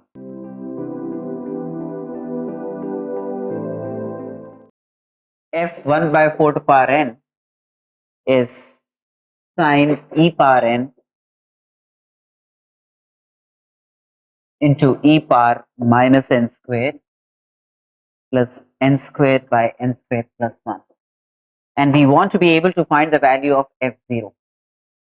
We want to be able to find the value of f0. F0, you realize, is limit f 1 by 4 to power n as n tends to infinity. Yes or no? Huh? No? Because 1 by 4 to power n as n tends to infinity will be 0. Right? So f0 is really this. So f0 is limit e power n squared by, or rather sine e power n by e power n squared plus 1 by 1 plus 1 by n squared as n tends to infinity. This would obviously tend to 0 because this is bounded. E power n squared would become larger and larger, and this would tend to 1. So this is 1. Right?